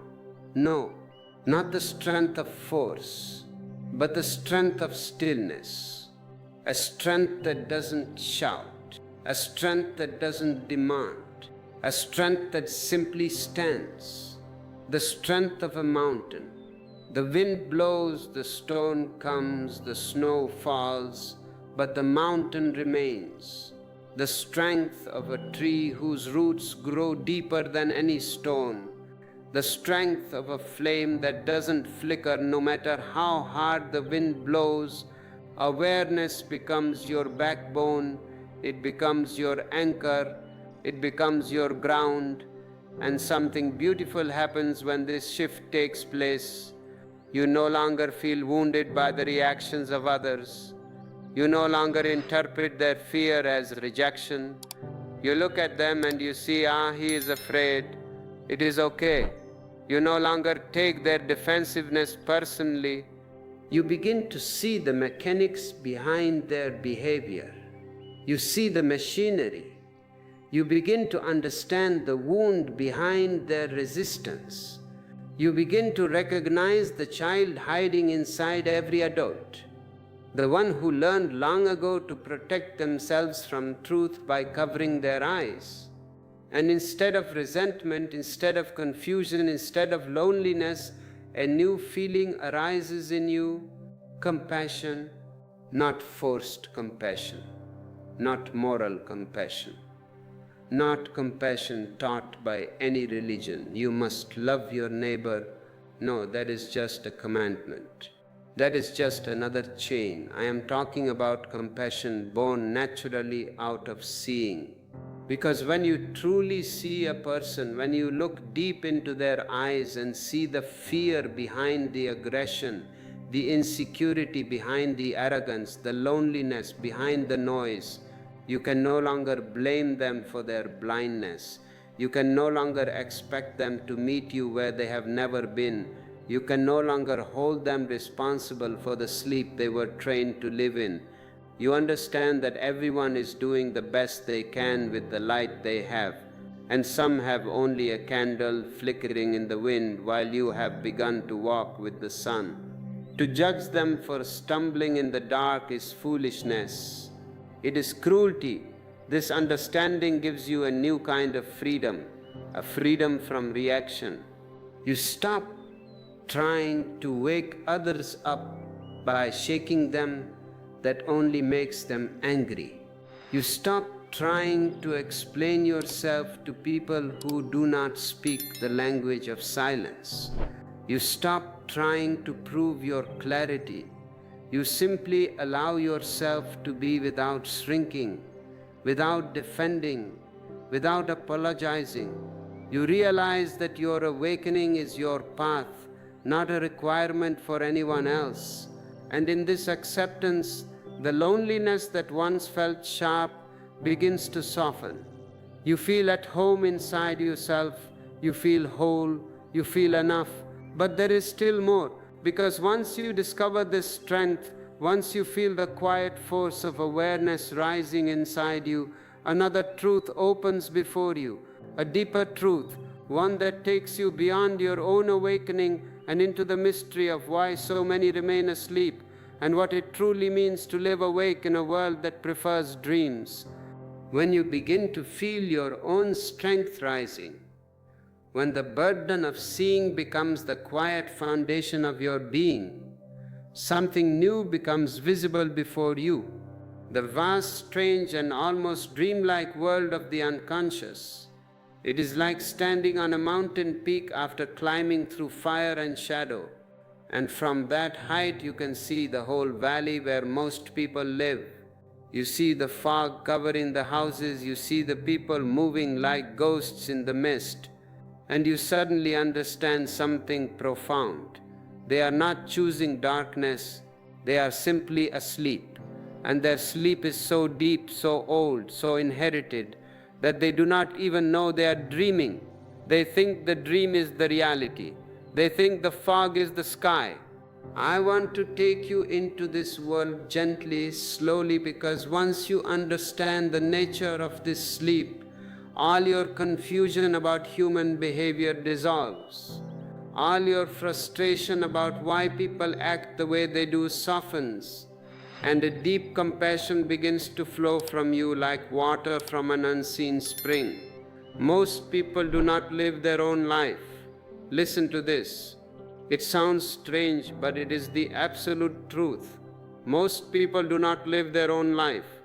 They live a life handed down to them. They live a life scripted by their parents, by their culture, by their fear, by repetition. They are actors reading lines written by dead people. They carry beliefs they never questioned. Why am I a Christian? Why am I a Hindu? Why do I believe money is God? They never asked. They just swallowed the pill. They repeat habits they never examined. They follow rules they never chose. They react with emotions that were planted in them long before they could speak. Their mind is not a pure mirror reflecting the present moment. It is a storage room. A dusty, crowded storage room filled with old voices, old instructions, old ghosts whispering so loudly that they drown out the sound of their own heart. And yet, because this noise is familiar, they think it is natural. They think it is who they are. The unconscious mind moves like a machine. It is mechanical. It is a robot. It repeats yesterday again and again. It avoids anything new, because newness threatens the comfort of routine. It seeks distraction, because silence would expose the storm inside. It follows the crowd, because solitude feels like death to the ego. And when you awaken even a little, you begin to see this machinery everywhere. You look at your brother, your sister, your colleague, and you see the gears turning. You see people acting but not choosing. You see people speaking but not understanding. You see people reacting but not being present. And this realization can shake you deeply at first, because it is painful to witness so much sleep in so many beautiful souls. You want to shout, "Wake up! You are not a machine, you are a God." But remember, the sleeper is not at fault. The sleeper does not choose sleep. Sleep is given. Sleep is inherited. Sleep is taught in your schools, in your churches, in your universities. They are factories of sleep. A sleeping person lives in a fog, and the fog feels like home. And when the fog feels like home, even a soft light can feel frightening. Even a small truth can feel threatening. Even a gentle question can feel like an attack. You begin to understand that the world does not resist your clarity because it is evil. The world is not evil, it is just unconscious. It resists because awakening hurts the eyes. Imagine a crowd walking with closed eyes, believing this is the natural way to move. They bump into each other, they fall, they hurt themselves, but they say, "This is life. Life is suffering." They have maps created by others, blind people leading blind people. They have footsteps to follow. They have rules that keep them from falling too hard. And suddenly you open your eyes. You begin moving differently. You don't bump into people. You move more freely. more silently, more intuitively. You dance while they stumble. They cannot understand your movement because they cannot imagine the space you are seeing. They cannot imagine the light, and instead of asking, "What do you see?" "Teach us," they say. "Stay with us, move like us, don't go too far. You are dangerous, you are breaking the line." Their fear is not about you going ahead. Their fear is about losing the illusion that the closed-eye world is the whole world. If you can see, then their blindness is exposed. Sometimes I say that humanity lives like sheep following one another, not because they are foolish. Sheep are not foolish, they are just afraid, but because they are terrified of standing alone in the open field. The sheep do not know where they are going, they only know they do not want to be alone. If the sheep in front falls off the cliff, the sheep behind follows. In the same way, the unconscious person does not question the direction of their life. Everyone is getting married, so I must get married. Everyone is miserable, so I must be miserable. They only fear the silence that comes when they step out of the crowd. And when you see this clearly, when you understand how deeply people sleep, something shifts inside you. You stop expecting them to understand you. You stop knocking on doors that are locked from the inside. You stop expecting them to meet you where you stand. You stop expecting them to celebrate your awakening. You simply see the truth of their condition. And that truth gives you both distance and compassion. The distance to stay centered, and the compassion to not judge their sleep. This understanding is crucial because once you grasp the depth of this unconsciousness, the world's reactions to your clarity will no longer confuse you. You will not get angry, you will not get hurt, you will smile. You will see why people cling to illusions as if they are clinging to life itself. You will see why truth frightens those who have built their identity on lies. You will see why awakening is rare, not because it is difficult. Awakening is the easiest thing in the world, it is your nature, but because it demands a courage most have never been taught to cultivate. If you are finding the courage in these words, if you feel a resonance in your heart that says, "Yes, I am ready," then please do not just listen, act. Click the like button, share this video with someone who might be ready to hear it. And if you want to help us keep this light burning, consider using the super thanks feature. It is a way of participating in this energy field. And now that we've stepped into the world of the unconscious, the next question naturally arises: how do illusions protect these sleepers? Why is the illusion so valuable to them? How do their dreams shield them from themselves? And why does your clarity become a threat to the very protection they believe they need? Let us go deeper.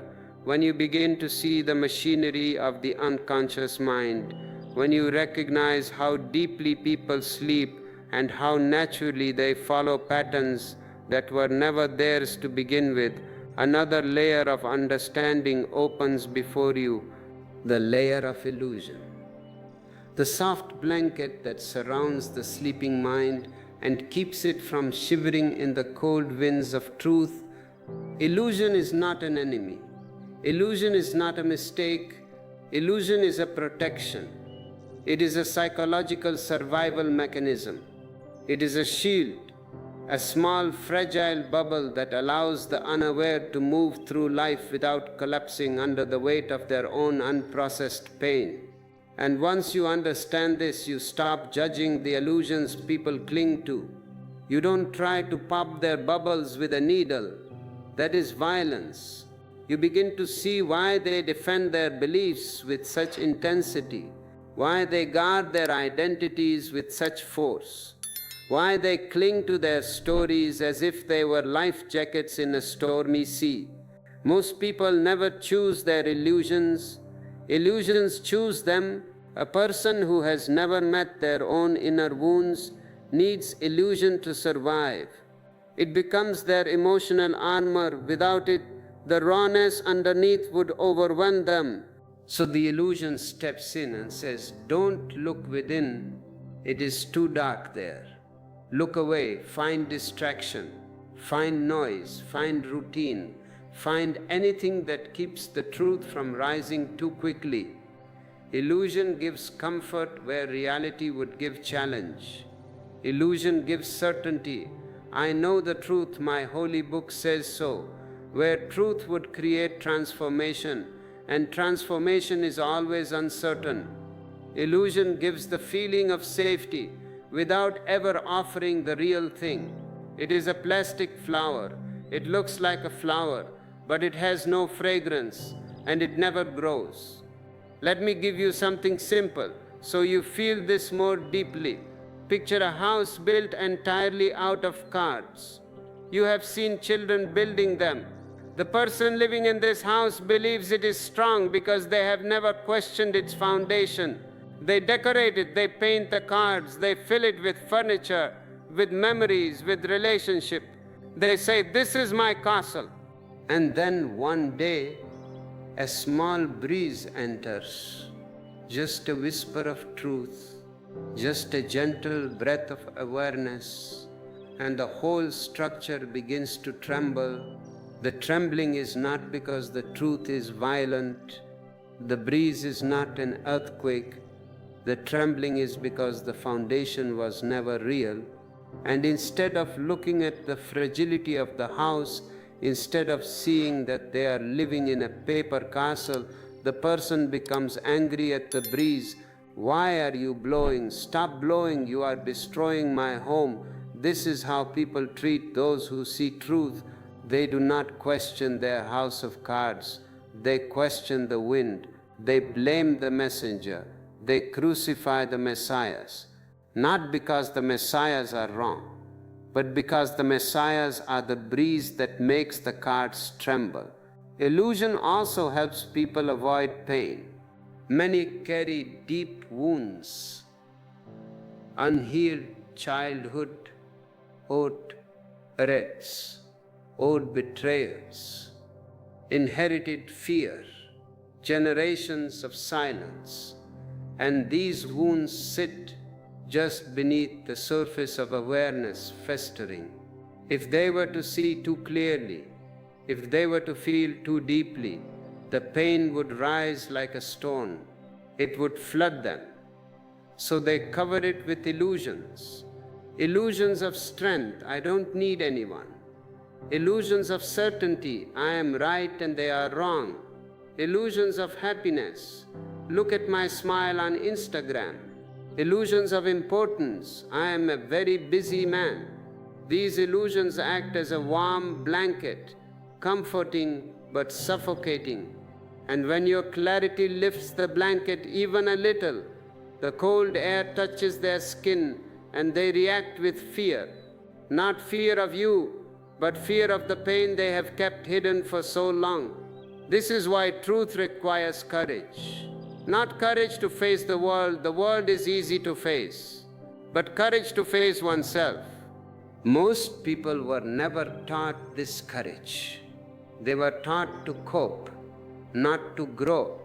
They were taught to obey, not to awaken. They were taught to hide, not to see. And so illusion becomes their shelter. It keeps them stable. It keeps them functioning. It keeps them able to move through life without collapsing. When you recognize this, judgment dissolves and empathy rises. But empathy doesn't mean you must dim your own vision. It doesn't mean you must start building a house of cards for yourself just to be polite. It doesn't mean you must swallow your truth or make your light smaller. It means you understand that your clarity, even when offered gently, may touch someone's illusion too suddenly, too brightly, too deeply. And their reaction, their fear, their denial, their anger, their distance is simply the shield protecting the illusion they depend on.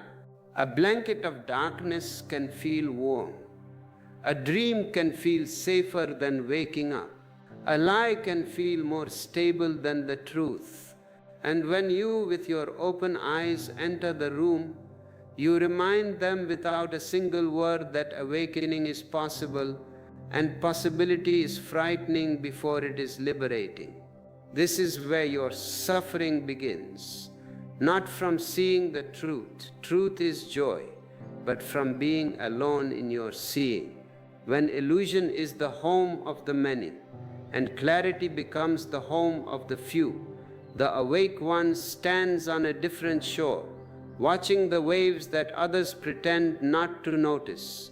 And this loneliness, this separation, brings us to the next stage of awakening, the quiet, aching path that every seer must walk. When illusion protects the many and truth awakens the few, a natural distance begins to form between the one who sees and the ones who still sleep. And this distance is not created by choice, nor by judgment, nor by pride. It is created by the very nature of awareness itself. When your eyes open, you begin to walk in a different world, even while your feet still touch the same ground. And this creates a loneliness that is unlike any loneliness you have known before. It is not the loneliness of missing someone. That is romantic loneliness. That is easy. It is not the loneliness of being unloved. That is psychological loneliness. It is the loneliness of seeing too deeply in a world that fears depth, of hearing too clearly in a world that avoids silence, of knowing too honestly in a world that survives on comfortable lies. This is a loneliness that does not come from being abandoned by others. It comes from being abandoned by the old version of yourself. The self that once fit into the crowd no longer exists.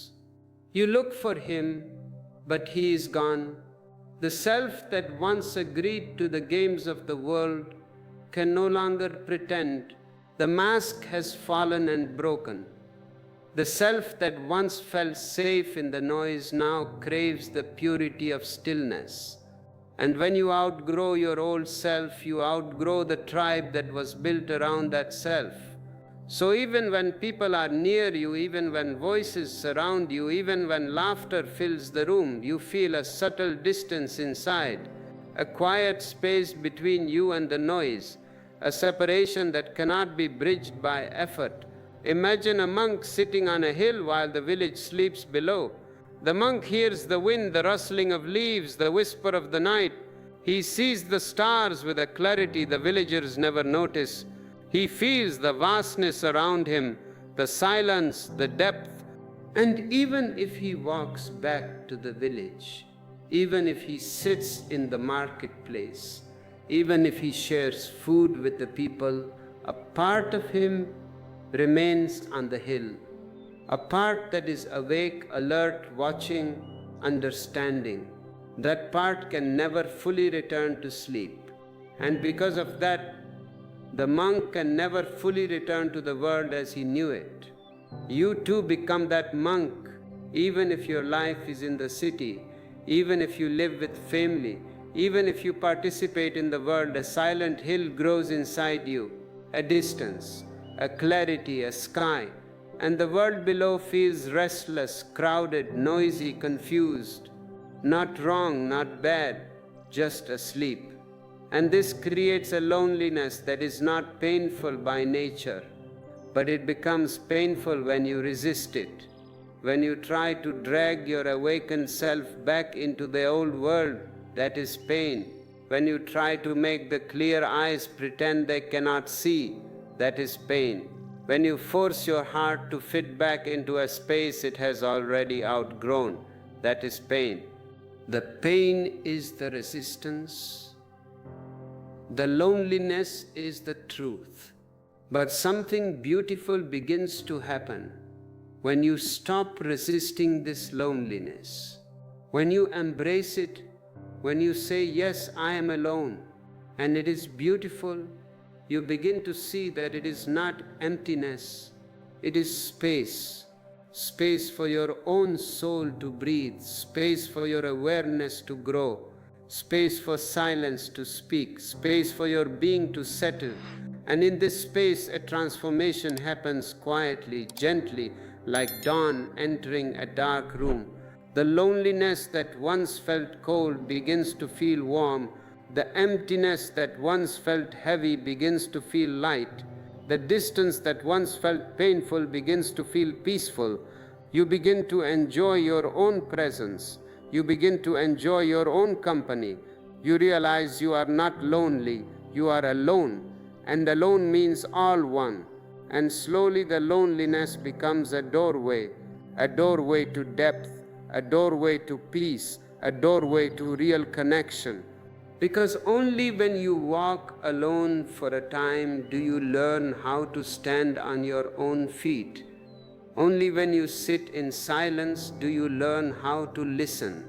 Only when you face yourself do you learn how to meet others without illusion. Loneliness is not a punishment, it is preparation. A candle must burn alone before it can light another candle. If it leans on another candle, both will fall. A seed must remain buried in darkness, alone in the soil, before it breaks into life. A river begins as a single drop before it becomes an ocean. In the same way, the awake one must pass through this sacred loneliness until the inner being becomes whole, steady, grounded. If you are feeling this sacred loneliness, do not run from it. It is your friend, it is your teacher. And if you wish to deepen this understanding, I invite you to explore the e-books linked below. They are companions for your solitude. And remember to subscribe to this channel so that even in your aloneness, you know you are part of a greater awakening. And once you have accepted this aloneness, once you have stopped begging the world to understand you, a final shift occurs. You stop being a beggar and you become an emperor. You stop asking for light and you become the light. Let me give you an image. Imagine a lighthouse standing alone on a cliff. The sea is dark, the winds are wild, the waves crash against the rocks. The lighthouse cannot calm the sea, it cannot stop the storm, it cannot force the boats to navigate correctly. All it can do is shine.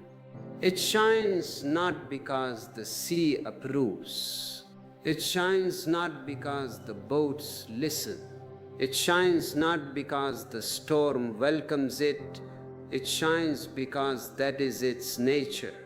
And in shining, it saves lives, even the lives that curse the rocks, even the lives that never see the source of the light guiding them. This is the hidden strength of the awake one.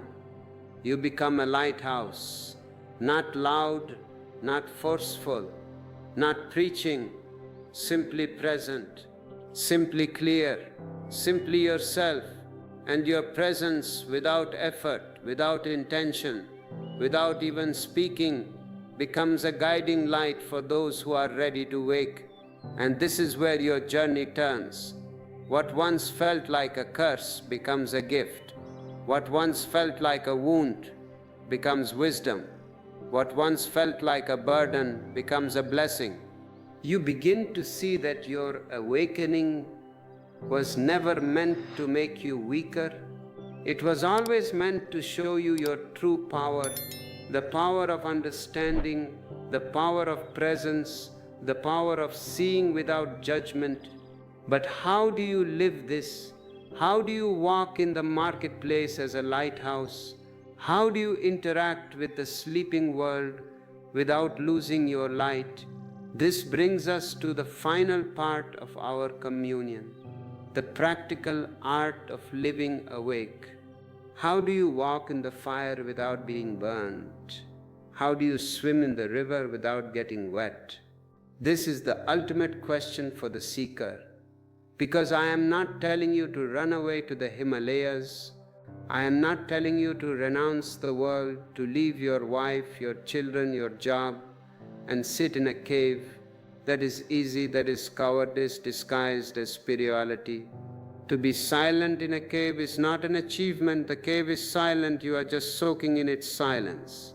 But to be silent in the marketplace, to be silent when the boss is shouting, to be silent when the traffic is honking, to be silent when your heart is breaking, that is the test.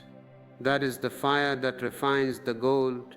So how do we live awake in a sleeping world? We must learn the art of the lotus. Look at the lotus flower. It is one of the most beautiful miracles of existence. It grows in the mud, it needs the mud. Without the mud, there is no lotus. But look at the flower. It floats above the mud. It is not dirty. Even if you pour water on the lotus leaf, the water does not touch it. It forms a pearl and rolls off.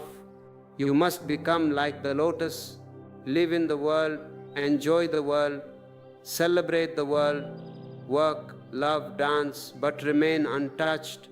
How? By remembering that you are an actor in a great play. The moment you awaken, you realize that society is a stage. Your name is a role. Your profession is a costume. Your reputation is just the applause or the booing of the audience. But you are the actor behind the mask.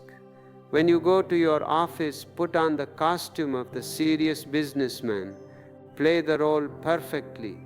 Don't be half-hearted. Act, but deep down know that you are playing. Keep a small smile inside. When the boss screams at you, watch him. See that he is playing the role of the angry boss.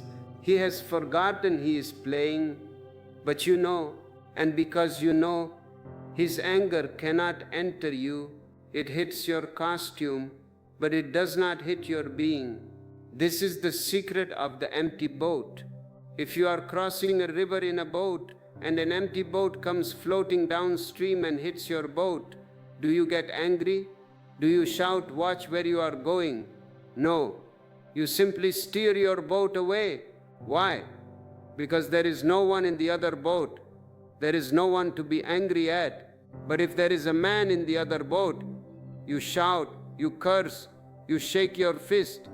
The world is full of empty boats. The people who attack you, the people who judge you, the people who try to pull you back into the matrix, they are empty boats. They are unconscious. There is no one inside them yet. There is only a program running.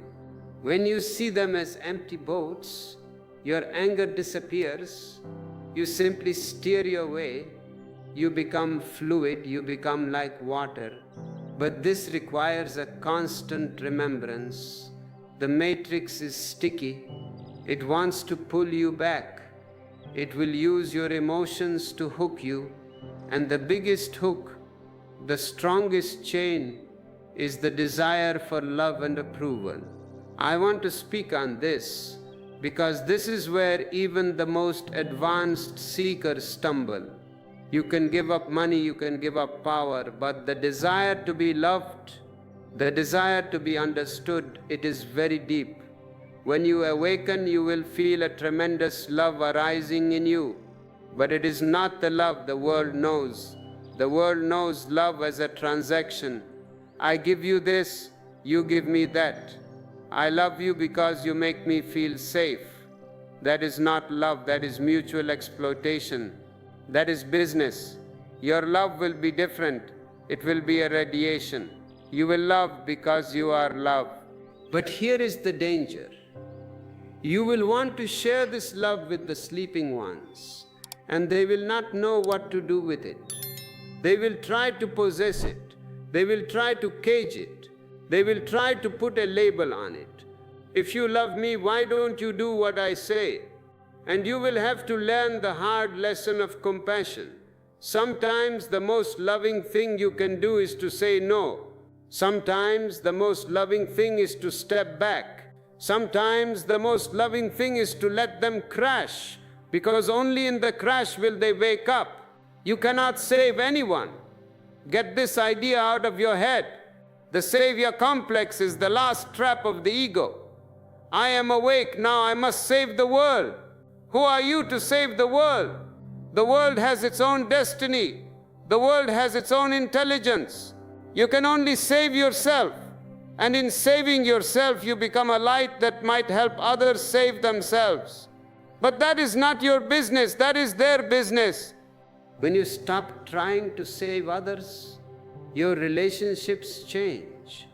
They become lighter. They become playful. You stop being a teacher to your husband. You stop being a preacher to your friends. You simply become a presence.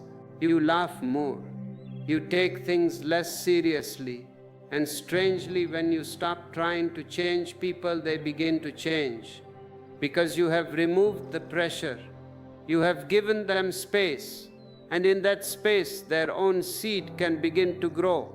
But what if they attack you? What if the matrix becomes aggressive?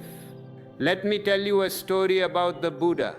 He was walking through a village, and some young man, very angry, very anti-religious, came and started insulting him. They used dirty words, they shouted, they threw stones. Buddha stood there, listening calmly.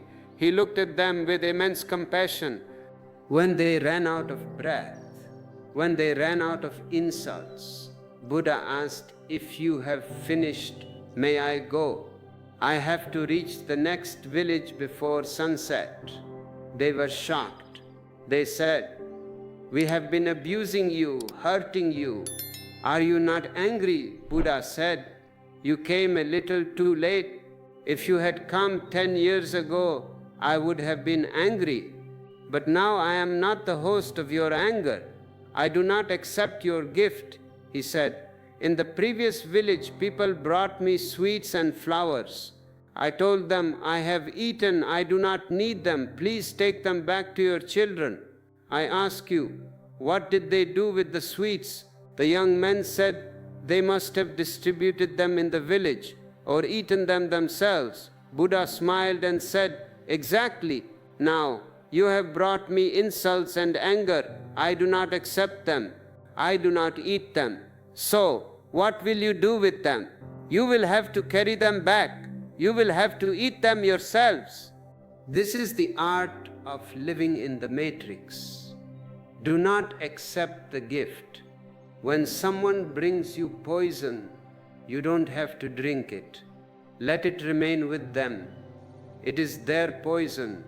Let them suffer from it. Why should you suffer? But you drink it. You grab the cup and drink it to the last drop. And then you say, "He made me angry." No.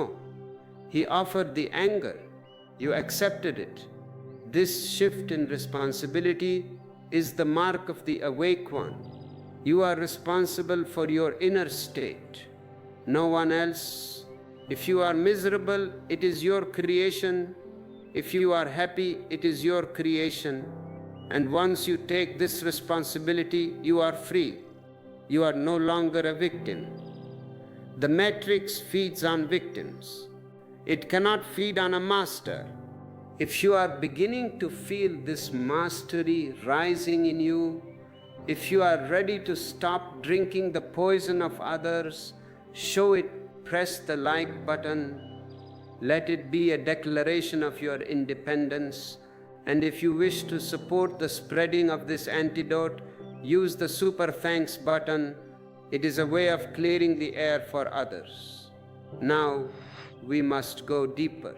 We must look at the most subtle trap of the matrix, the trap that catches even the wise ones, the trap of becoming. The matrix tells you you are not enough. You need to become something. You need to become rich. You need to become famous. You need to become holy. You need to become enlightened. Even the search for enlightenment can become part of the matrix if it comes from the feeling of "I am not enough." The mind lives in the future.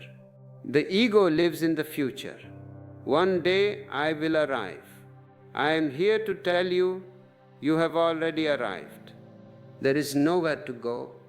There is nothing to achieve. You are already that which you are seeking. The only thing missing is the recognition. You are like a man searching for his glasses while wearing them. He is looking everywhere, under the bed, on the table, in the drawers. He is getting frustrated. Where are my glasses? And all the while he is seeing through the glasses. You are searching for God with the eyes of God. You are searching for peace with the energy of peace. The matrix keeps you running on a treadmill. It dangles a carrot in front of your nose. Just 10 more miles and you will be happy. Just one more promotion, just one more relationship, just 10 more years of meditation. Stop, step off the treadmill. This stopping is what I call meditation. Meditation is not an action. It is not something you do. It is a stopping. It is a realizing. I am here. This moment is enough. This breath is enough. This silence is enough. When you stop running, the matrix collapses. Because the matrix is the running. The matrix is the chase. But the mind will say, but if I stop, I will become lazy. I will achieve nothing. See the fear? That is the ego speaking. The ego thinks that without anxiety there is no progress. It thinks that without stress there is no life. Look at the trees. Are they anxious? Are they stressed? Yet they grow. Look at the stars. They are moving at tremendous speeds, but there is no hurry. Existence grows out of celebration, not out of tension.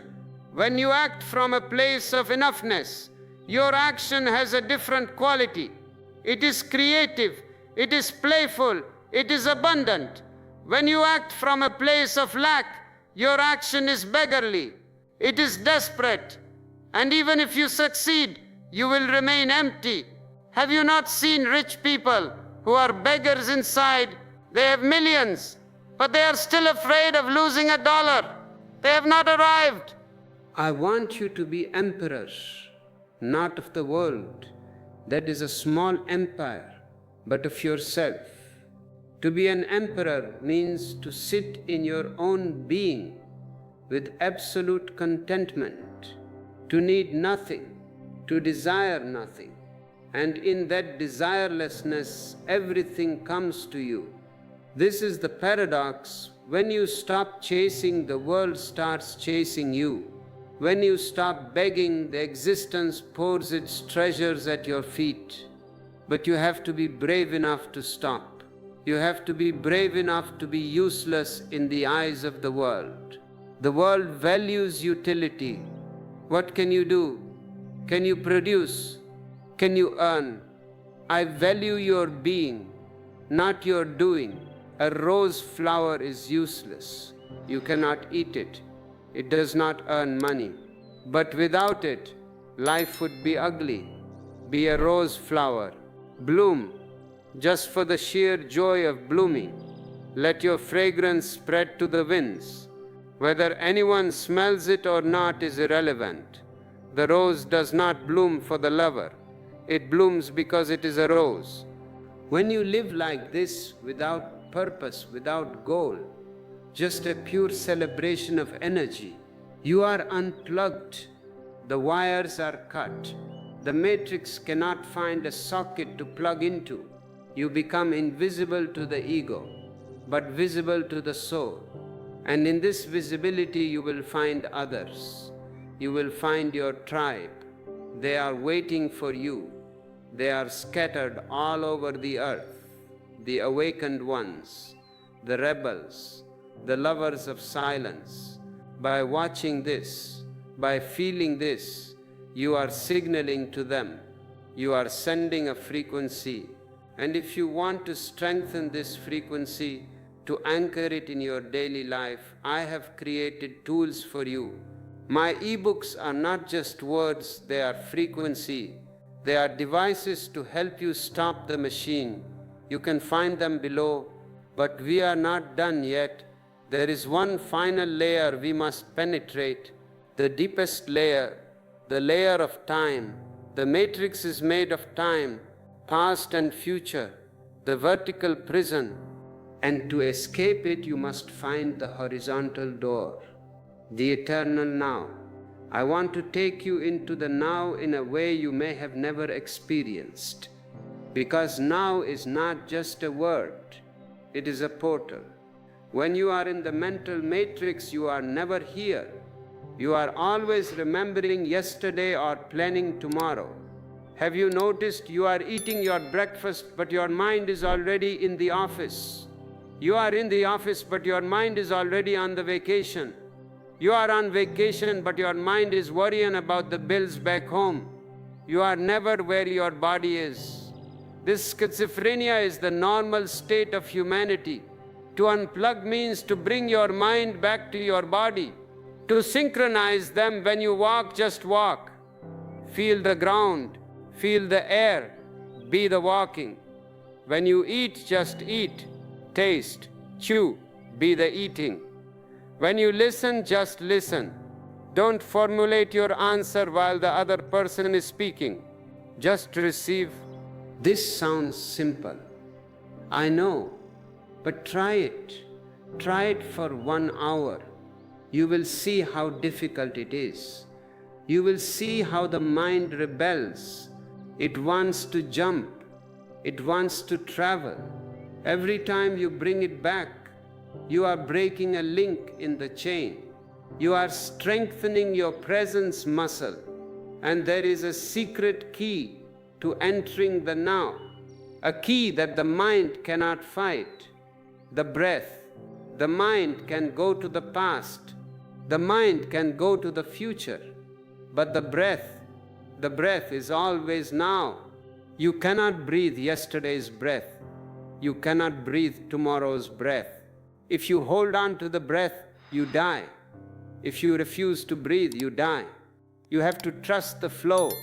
Whenever you feel the matrix tightening around you, when anxiety comes, when anger comes, return to the breath. Do not try to control it, just watch it. Incoming, outgoing, incoming, outgoing. Suddenly the mind stops. It cannot hold two things at once. It cannot hold the worry and the breath at the same time. The breath is the anchor. In that gap, in that breath, you will find a silence that is not of this world. You will find a peace that passes all understanding, and from that peace you can handle anything. You can handle the shouting boss, the crying child, the crashing market, the dying body, because you know you are the witness of it all. You are the sky. The clouds come and go, black clouds, white clouds, stone clouds, but the sky is never stained, the sky is never hurt. You are that sky. This is the message, this is the truth. But listening is not enough, understanding is not enough. You must experience it, you must taste it. So I have a challenge for you, a small experiment for the next 24 hours. Are you ready? Here is the experiment. For the next 24 hours, I want you to become a scientist of your own inner world. The experiment is simple, but it is not easy. It requires total alertness.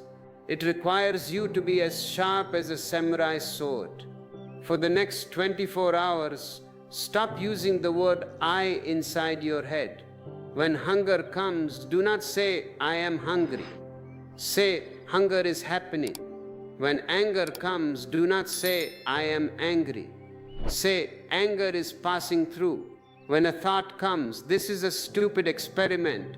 Do not say, I think this is stupid. Say, the mind is saying this is stupid.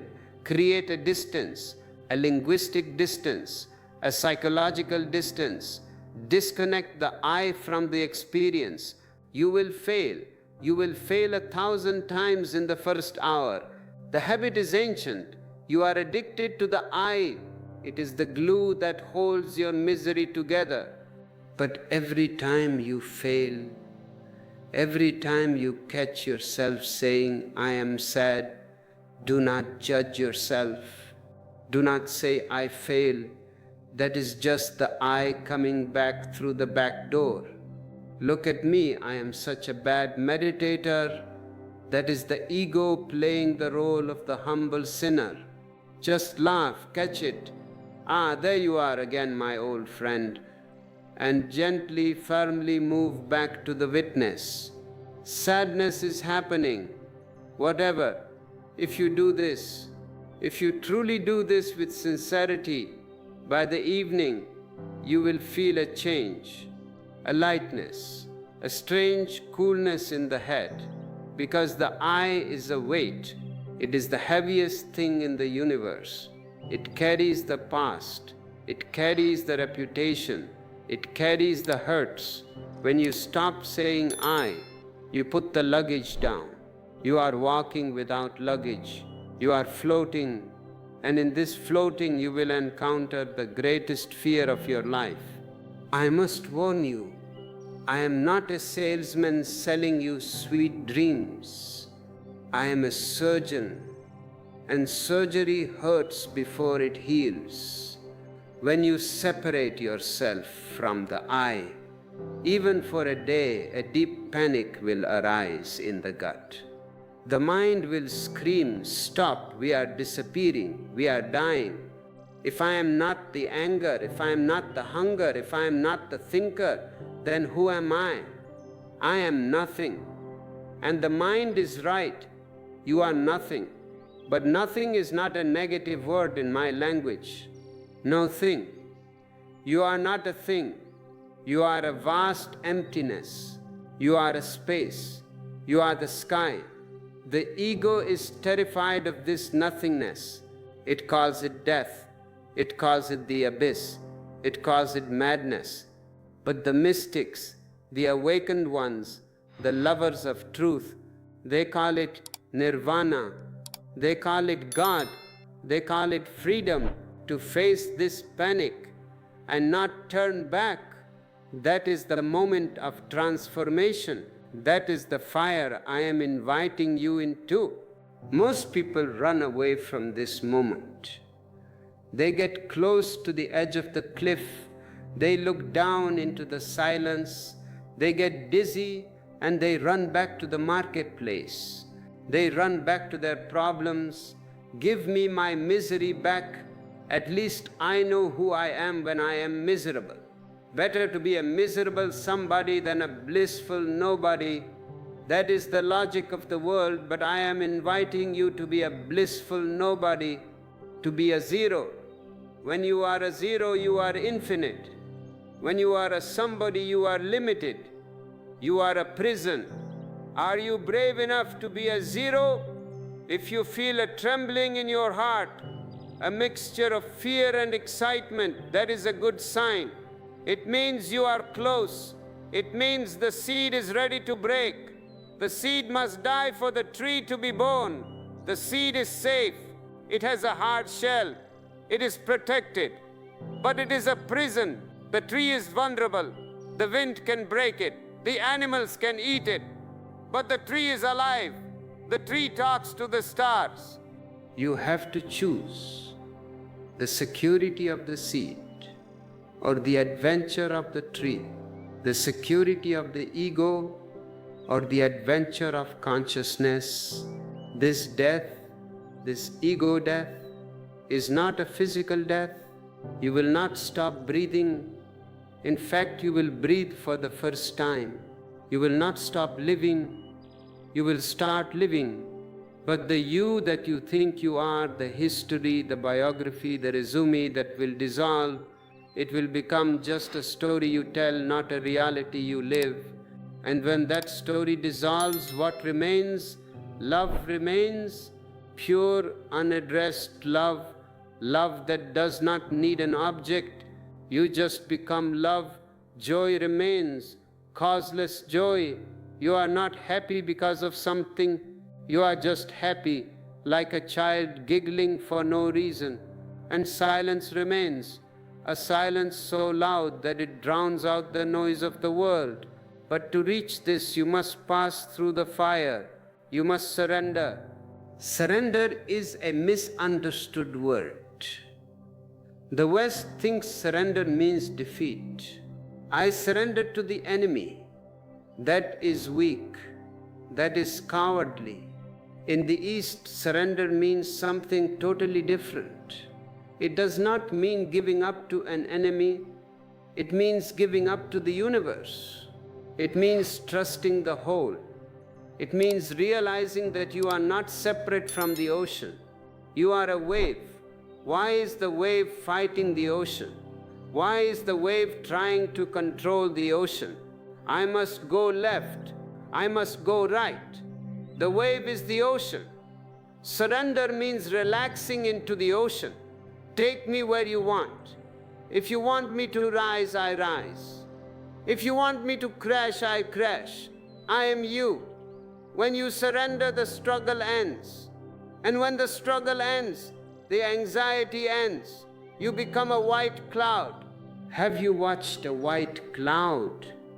It has no destination. It has no map. It doesn't ask, where am I going? It just floats with the wind. The wind blows north. The cloud goes north. The wind blows south. The cloud goes south. The cloud is not fighting. The cloud is not conquering. The cloud is simply enjoying the ride. Become a white cloud. Let life take you. Stop rowing the boat. Throw the oars away. The river is already going to the sea. You don't have to force it. You don't have to push the river. The matrix wants you to row. The matrix wants you to swim upstream. Work hard. Fight, conquer, make a name for yourself. That is the way of the ego. It is the way of exhaustion. Look at your successful people, politicians, billionaires. Are they relaxed? Are they blissful? Look at their eyes. They are tired. They are empty. They have rowed upstream all their lives, and they have reached nowhere. I say to you, turn the boat around, or better, just let go of the oars. Float. And the moment you float, you are suddenly at ease. The sound of the river becomes music. The sun on your face becomes a blessing. You are no longer going somewhere, you are here. And to be here is to be in God. But the mind will say, if I just float, I will be lazy. I will starve. I will be useless. Again, trust the river. The river nourishes the trees, the animals, the birds. It will nourish you too. When you trust existence, existence takes care of you. It is a very mysterious law. The more you try to secure yourself, the more insecure you become. The more you let go, the more you are supported. Jesus says, look at the lilies of the field. They do not toil, they do not spin, and yet even Solomon in all his glory was not arrayed like one of these. What is the secret of the lily? It trusts. It opens its petals to the sun. It doesn't worry about tomorrow's rain.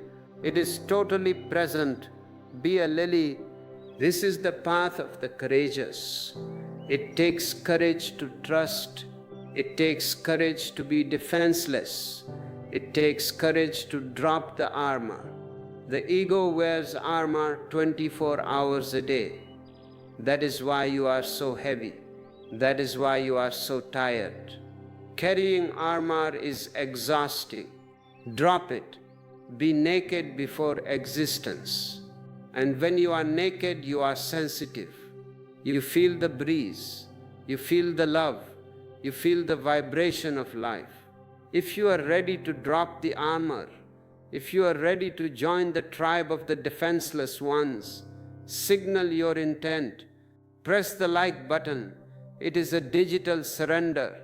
And if you feel the value of this message, if you want to help us strip the armor off the world, consider the super thanks. It is an offering to the temple of awareness. Now let us speak about the dark night of the soul, because before the dawn, the night is darkest. Before the ego finally surrenders, it will fight its last battle.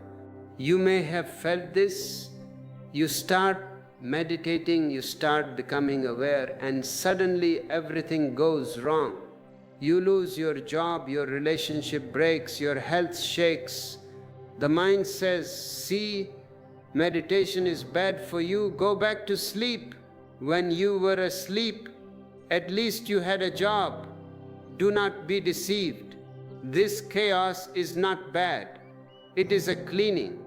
When you renovate a house, what happens first?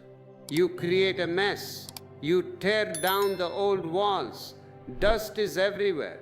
Rubble is everywhere. It looks worse than before.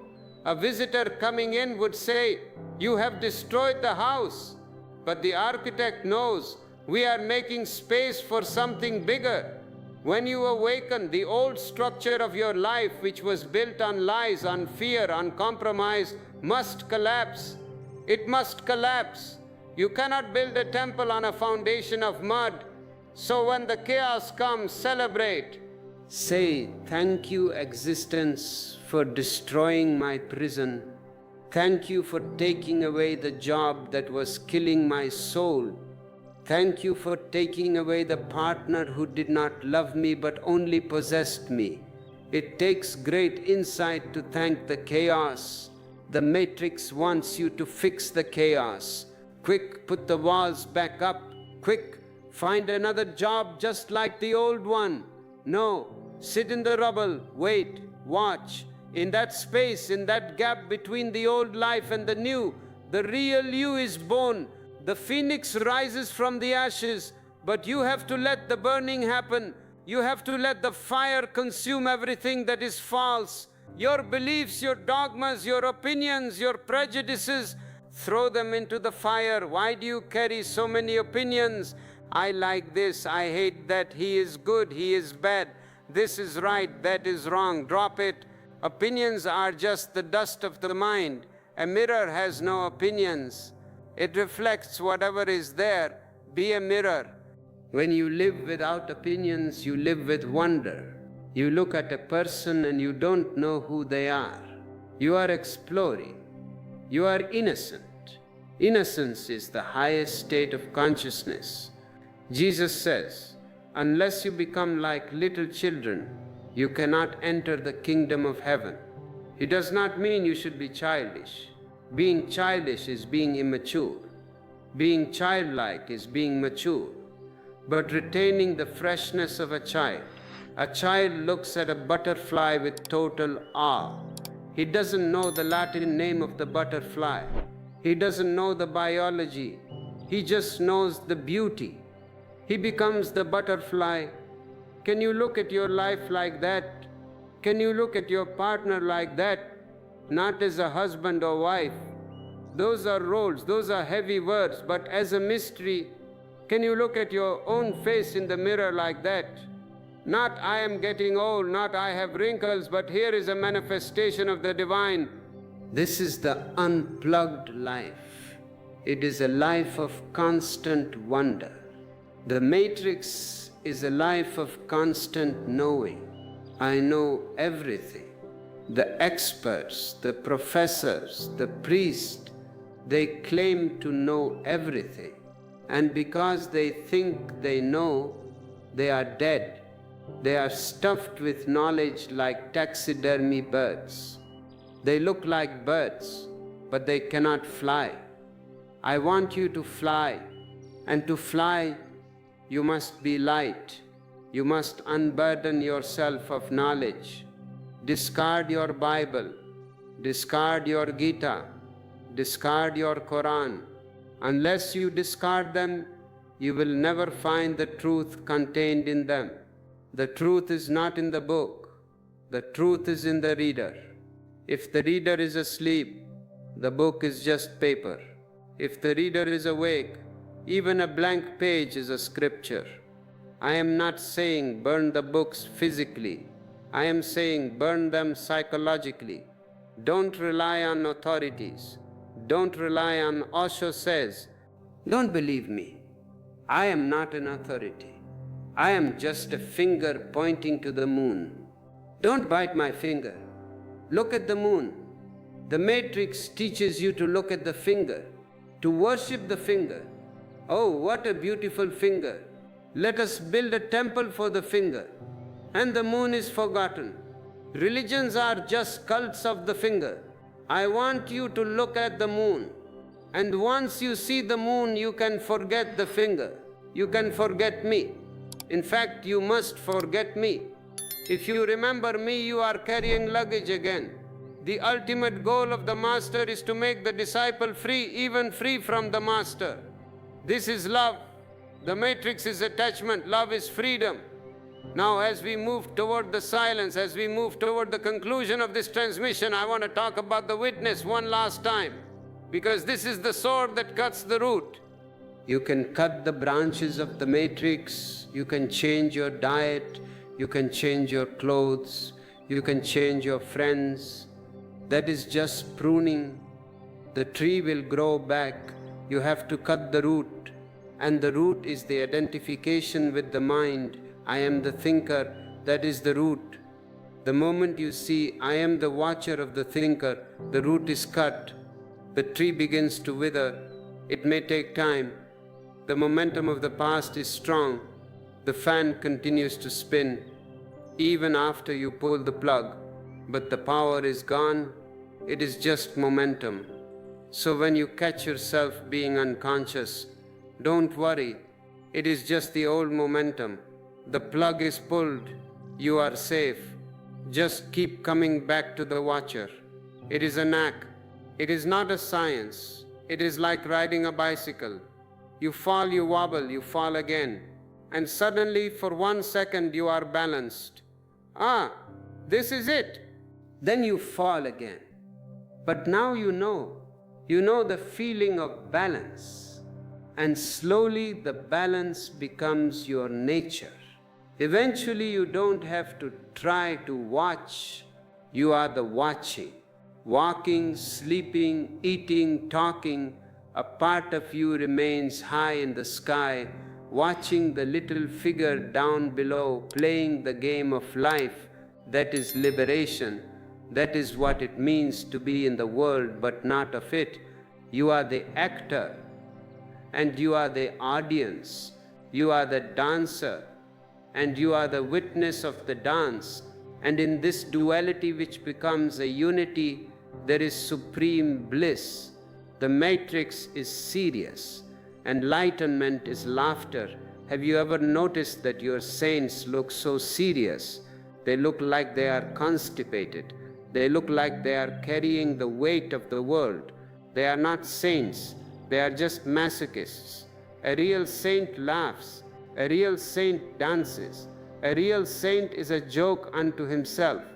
I want you to treat your life as a great cosmic joke. God is playing hide and seek with himself. He is hiding in you, pretending to be lost, just for the joy of being found. Don't take it so seriously. If you fail, laugh.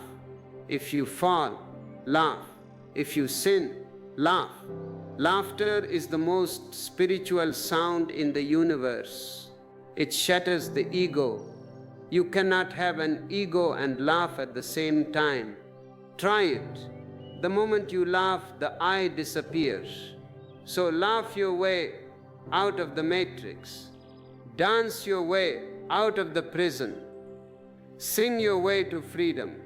And if you need songs to sing, if you need music for your dance, we have curated special meditative music and guided sessions available in the description. They are designed to bypass the mind and touch the heart. Check them out.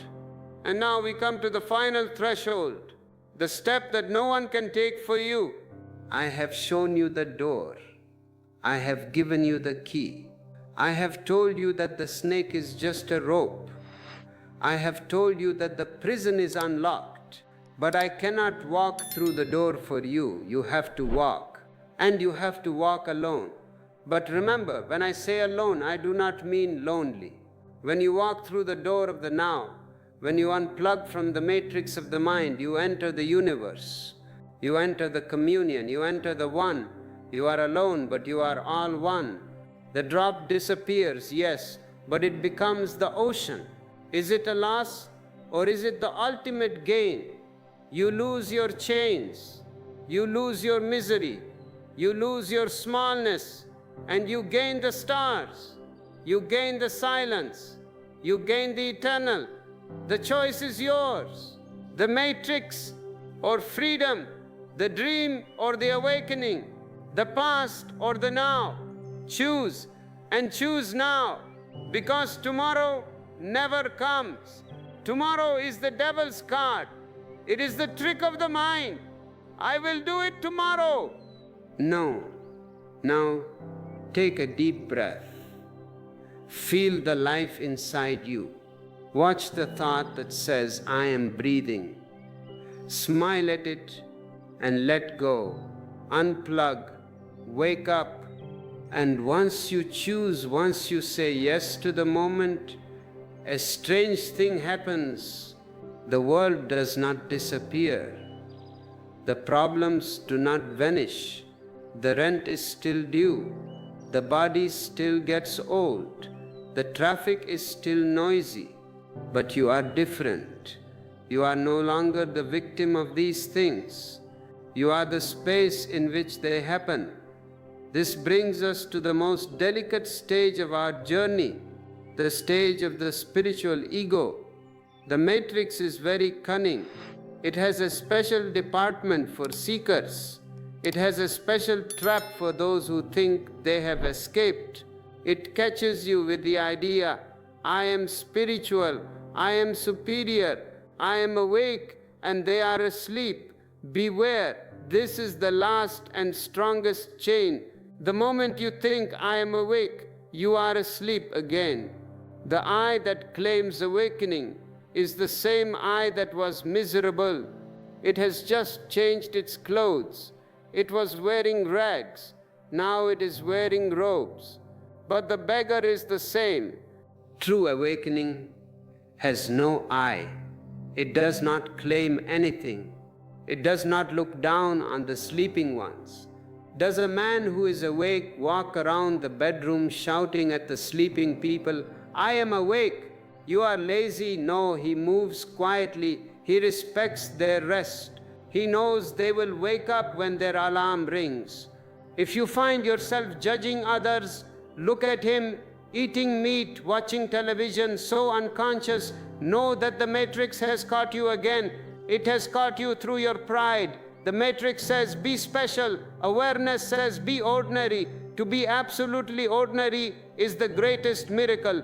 To eat when you are hungry, to sleep when you are tired, to chop wood and carry water, and to be perfectly content with it. That is the sage. The sage does not float in the air. He does not walk on water. Those are tricks for the circus. The sage walks on the earth, but his footprints leave no mark on his soul. Let me tell you a story about Mullah Nasruddin. I love this man because he is the only wise fool in history.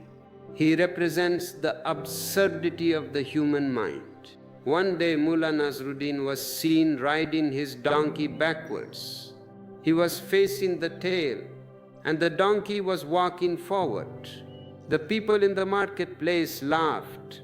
They shouted, Mullah, you are sitting the wrong way. Mullah stopped the donkey and said, you are all wrong. I am not sitting the wrong way. The donkey is walking the wrong way. And besides, if I sit facing forward, I cannot see where I have been. And if I sit facing forward, my back is to you, which is rude. So this is the only way to maintain my awareness of the past, my respect for you, and still move toward the future. The mind is like Mullah Nasruddin. It rationalizes everything. It justifies its madness. It finds a clever reason for walking backwards. You have been walking backwards for centuries looking at the past. My childhood was like this. My ex-husband did this. My father said this. You are riding the donkey of life while looking at the tail. Turn around, look at the road. The road is this moment. The road is the future that is becoming the present. But the mind loves the past because the past is dead. The mind can control the dead. You can edit your memories. You can make yourself the hero of your past. I was right, they were wrong, but you cannot control the present. The present is wild, it is alive, it is unpredictable. To unplug means to turn round on the donkey, to face the unknown, and the unknown is scary. This fear of the unknown is what keeps the matrix alive. We create routines, rituals, insurance policies, marriages, contracts, all to kill the unknown, all to make tomorrow predictable. But a predictable life is a dead life. It is a plastic flower. I invite you to live dangerously. Nietzsche said, live dangerously. Build your cities on the slopes of Vesuvius. Send your ships into uncharted seas. He did not mean you should be foolish. He meant do not cling to security. Accept that life is flux. Accept that everything changes. Today you are healthy, tomorrow you may be sick.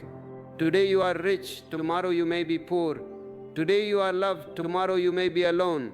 If you can accept this flux without fear, if you can float in this river of change without grabbing at the rocks, you are free. The matrix promises permanence. Diamonds are forever. Till death do us part, nothing is forever. Even the diamonds will turn to dust. Even the sun will die. Accepting death is the final key to unplugging. The matrix uses the fear of death to control you. Work hard, save money, so you can have a safe retirement before you die. Belong to this religion, so you go to heaven after you die. All religions, all societies use death as a weapon. But what if you are not the body? What if you are the consciousness that never dies? If you deeply know that you are eternal, who can threaten you? The boss cannot threaten you. The politician cannot threaten you. Even the executioner cannot threaten you. Socrates was given poison. He took the cup of poison with a shaking hand? No, with a steady hand. He was smiling. His disciples were crying. He said, "Why are you crying? I have lived life fully. Now I want to taste death. I want to see what this big mystery is." He drank the poison as if it were wine, and as his body was going numb, he was reporting, "My feet are gone, but I am still here. My legs are numb, but I am still here. My hands are cold, but I am still here." Until the last moment, he was the witness.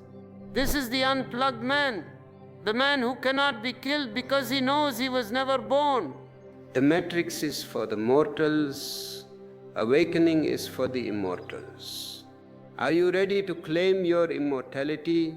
Not as a belief Christians believe, Hindus believe, but as an experience. The experience comes only in silence. So I want to introduce you to the three metamorphoses of the spirit. This is a map for your unplugging. Nietzsche spoke of it, but I will give it a meditative meaning. The first stage is the camel. The camel is the beast of burden. It carries the load. It says yes to everything. You must study, yes. You must marry, yes. You must believe, yes. The camel kneels down and lets society put the heavy luggage on its back. The camel is the perfect citizen. The camel is the perfect slave. Most of you are camels. You are carrying mountains of expectations that are not yours. You are tired. You are walking in the desert, thirsty, but you keep walking because the matrix says, be a good camel, Look at your life, how much of it is camel work. But the spirit cannot remain a camel forever. The desert is too hot, the burden is too heavy. One day the camel runs into the wilderness and becomes the lion. This is the second stage, the lion. The lion captures freedom. The lion says no. The camel says thou shalt. The lion says I will. The lion roars. He throws the luggage off his back. He fights the dragon. The dragon is the matrix. The dragon is covered in scales, and on every scale is written a rule. Do not touch, do not speak, do not feel. The lion tears the dragon apart. This is the stage of rebellion. This is the stage where you quit the job that kills you. This is the stage where you leave the abusive relationship. This is the stage where you stop going to the church just to please your neighbors. It is a violent stage. It is a noisy stage. It is necessary. Without the lion, the camel dies a slave.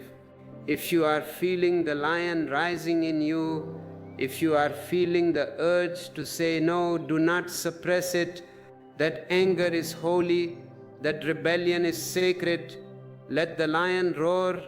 If you are ready to roar, if you are ready to stop being a camel, click the like button, let it be your roar, let the algorithm hear you.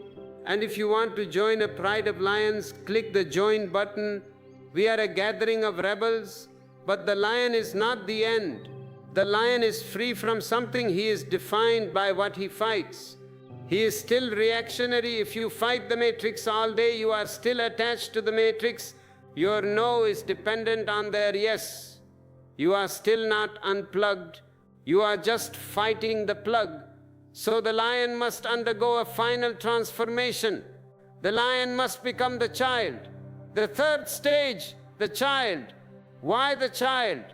The child is innocence. The child is forgetting. The child is a new beginning, a game, a self-rolling wheel. The camel says, you must. The lion says, I will. The child says, I am. The child plays. He does not fight the dragon. He ignores the dragon. He builds a sandcastle. If the ocean destroys it, he laughs and builds another one. He is not attached. The child lives in the now. To unplug completely, you must become the child. You must regain your innocence. This is what I call the second childhood.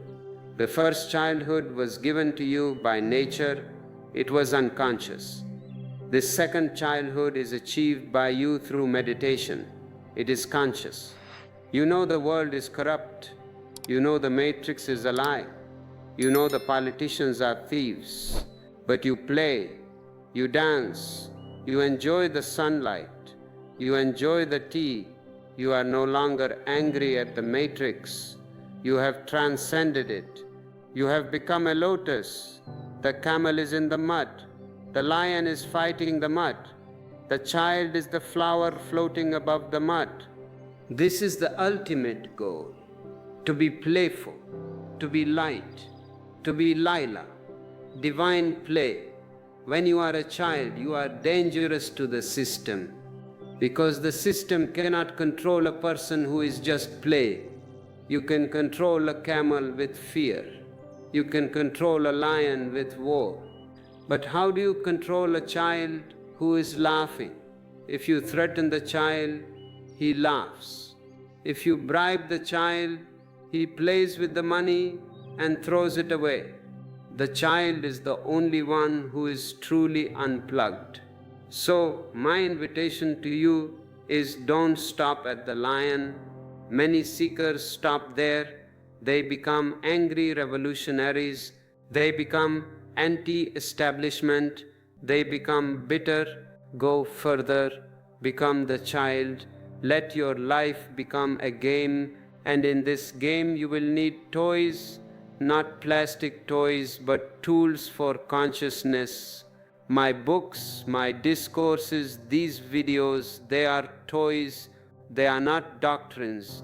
Do not put them in a museum. Play with them. If a meditation technique works, play with it. If it stops working, throw it away and find another one. Don't be serious. Serious people belong in the asylum or in the parliament. It is the same place. Playful people belong to God. Now, as we approach the silence, I want to address the fear of being alone one more time, but from a different angle. The angle of the child. A child can play alone for hours. He is talking to himself. He is inventing words. He is totally happy. He does not need an audience. But as we grow up, we lose this capacity. We become beggars for attention. Look at me, like my photo. Comment on my post. The matrix is built on this beggary. Social media is the factory of beggars. To unplug means to stop begging, to be content in your own energy, to sit in your room and feel like an emperor. This is what we call solitude. Loneliness is negative. It is missing the other. Solitude is positive. It is finding yourself. When you are lonely for someone. When you are in solitude, you are with yourself. The presence of your own being is so full, so rich, that you don't need anything else. And from this solitude, if you relate to others, it is not a need, it is a sharing. You have too much joy, so you give it. You have too much love, so you pour it. You become a rain cloud. The cloud is heavy with rain. It has to shower. It doesn't care if the rain falls on the rocks or on the soil, on the good people or the bad people. It just showers to unburden itself. Be a rain cloud. Share your joy. Share your consciousness. And this is why I ask you to share this video. Not to help the channel. The channel is just a mechanism. But to be a rain cloud. You have received something, give it. The more you give, the more you will have. This is the law of the inner world. In the outer world, if you give money, you have less money. In the inner world, if you give love, you have more love. If you give wisdom, you have more wisdom. It is the opposite of economics. It is the economics of abundance. So do not hoard. The matrix teaches hoarding. Keep it for yourself. Unplugging teaches sharing. Give it away. Now, let us move to the final practical application, the morning ritual. How you start your day determines whether you plug into the matrix or unplug from it. Most people wake up and immediately plug in. They reach for the phone. They check the news. They check the messages. Boom. The matrix has entered your bloodstream before you have even brushed your teeth. You have swallowed the poison on an empty stomach. I suggest a different start. When you wake up, before you open your eyes, listen. Listen to the birds. Listen to the traffic. Listen to your own breathing. Feel the body from the inside. Is there tension? Is there relaxation? Then smile. Force it if you have to. Just stretch the muscles of the face. The moment you smile, a signal goes to the brain. All is well. The brain releases different chemicals. Then for 3 minutes, just watch the breath. 3 minutes, you have time. The emails can wait. The wars can wait. In those 3 minutes, you are establishing your center. You are putting on your armor of light. Then get up. Move slowly. Drink your tea as if it is a holy sacrament. If you do this, if you give the first 30 minutes of your day to yourself, not to the matrix, you will create a shield. Throughout the day, the matrix will try to attack. People will annoy you. Problems will come, but you will have a center to return to. You will remember the morning silence. It is like carrying a portable sanctuary. Whenever things get too crazy, you can step into your sanctuary. You can close your eyes for 1 second and remember, I am the witness. This remembering is the thread. If you can keep the thread unbroken, you are free. And if you break the thread, don't worry. Tie a knot and continue. In the East, we say that a man who ties a knot becomes stronger at the broken place. Don't be a perfectionist. Perfectionism is a neurosis. Be a totalitist. Be total in whatever you do. If you are angry, be totally angry. Don't be lukewarm. Lukewarm is the only sin. If you are angry, go into your room, beat the pillow, scream, be a lion. Get it out of your system, don't carry it. If you suppress it, you become a camel. If you express it safely, you become a child. You see, it is all a circle. We are coming to the end of our words. Words are useful, but they are limited. They are like a ladder. You use the ladder to climb up, but once you reach the roof, you don't carry the ladder with you. You leave the ladder behind. I have built a ladder for you with these words. Now climb. And when you reach the silence, kick the ladder away. Forget Osho. Forget the video. Forget the matrix. Just be. In that being, everything is accomplished. In that being, you are the Buddha, not the Buddha of the stone statue, but the living, breathing, laughing Buddha. The world needs you to be awake. The earth is suffering. The trees are suffering. The animals are suffering because of man's unconsciousness. Your awakening is not just for you. It is for the whole planet. Every time one person wakes up, the quality of the whole consciousness rises. You are saving the world simply by being awake. So do not think this is a selfish act. It is the greatest service you can do. Unplug for yourself, for your children, for the trees, for the stars. Unplug and live and love and laugh. If you are ready to take this jump, if you are ready to throw away the ladder, I leave you with one final request. Close your eyes. Not now, but when this video ends, sit for 5 minutes, do nothing, be nothing, and see what remains. That which remains is you.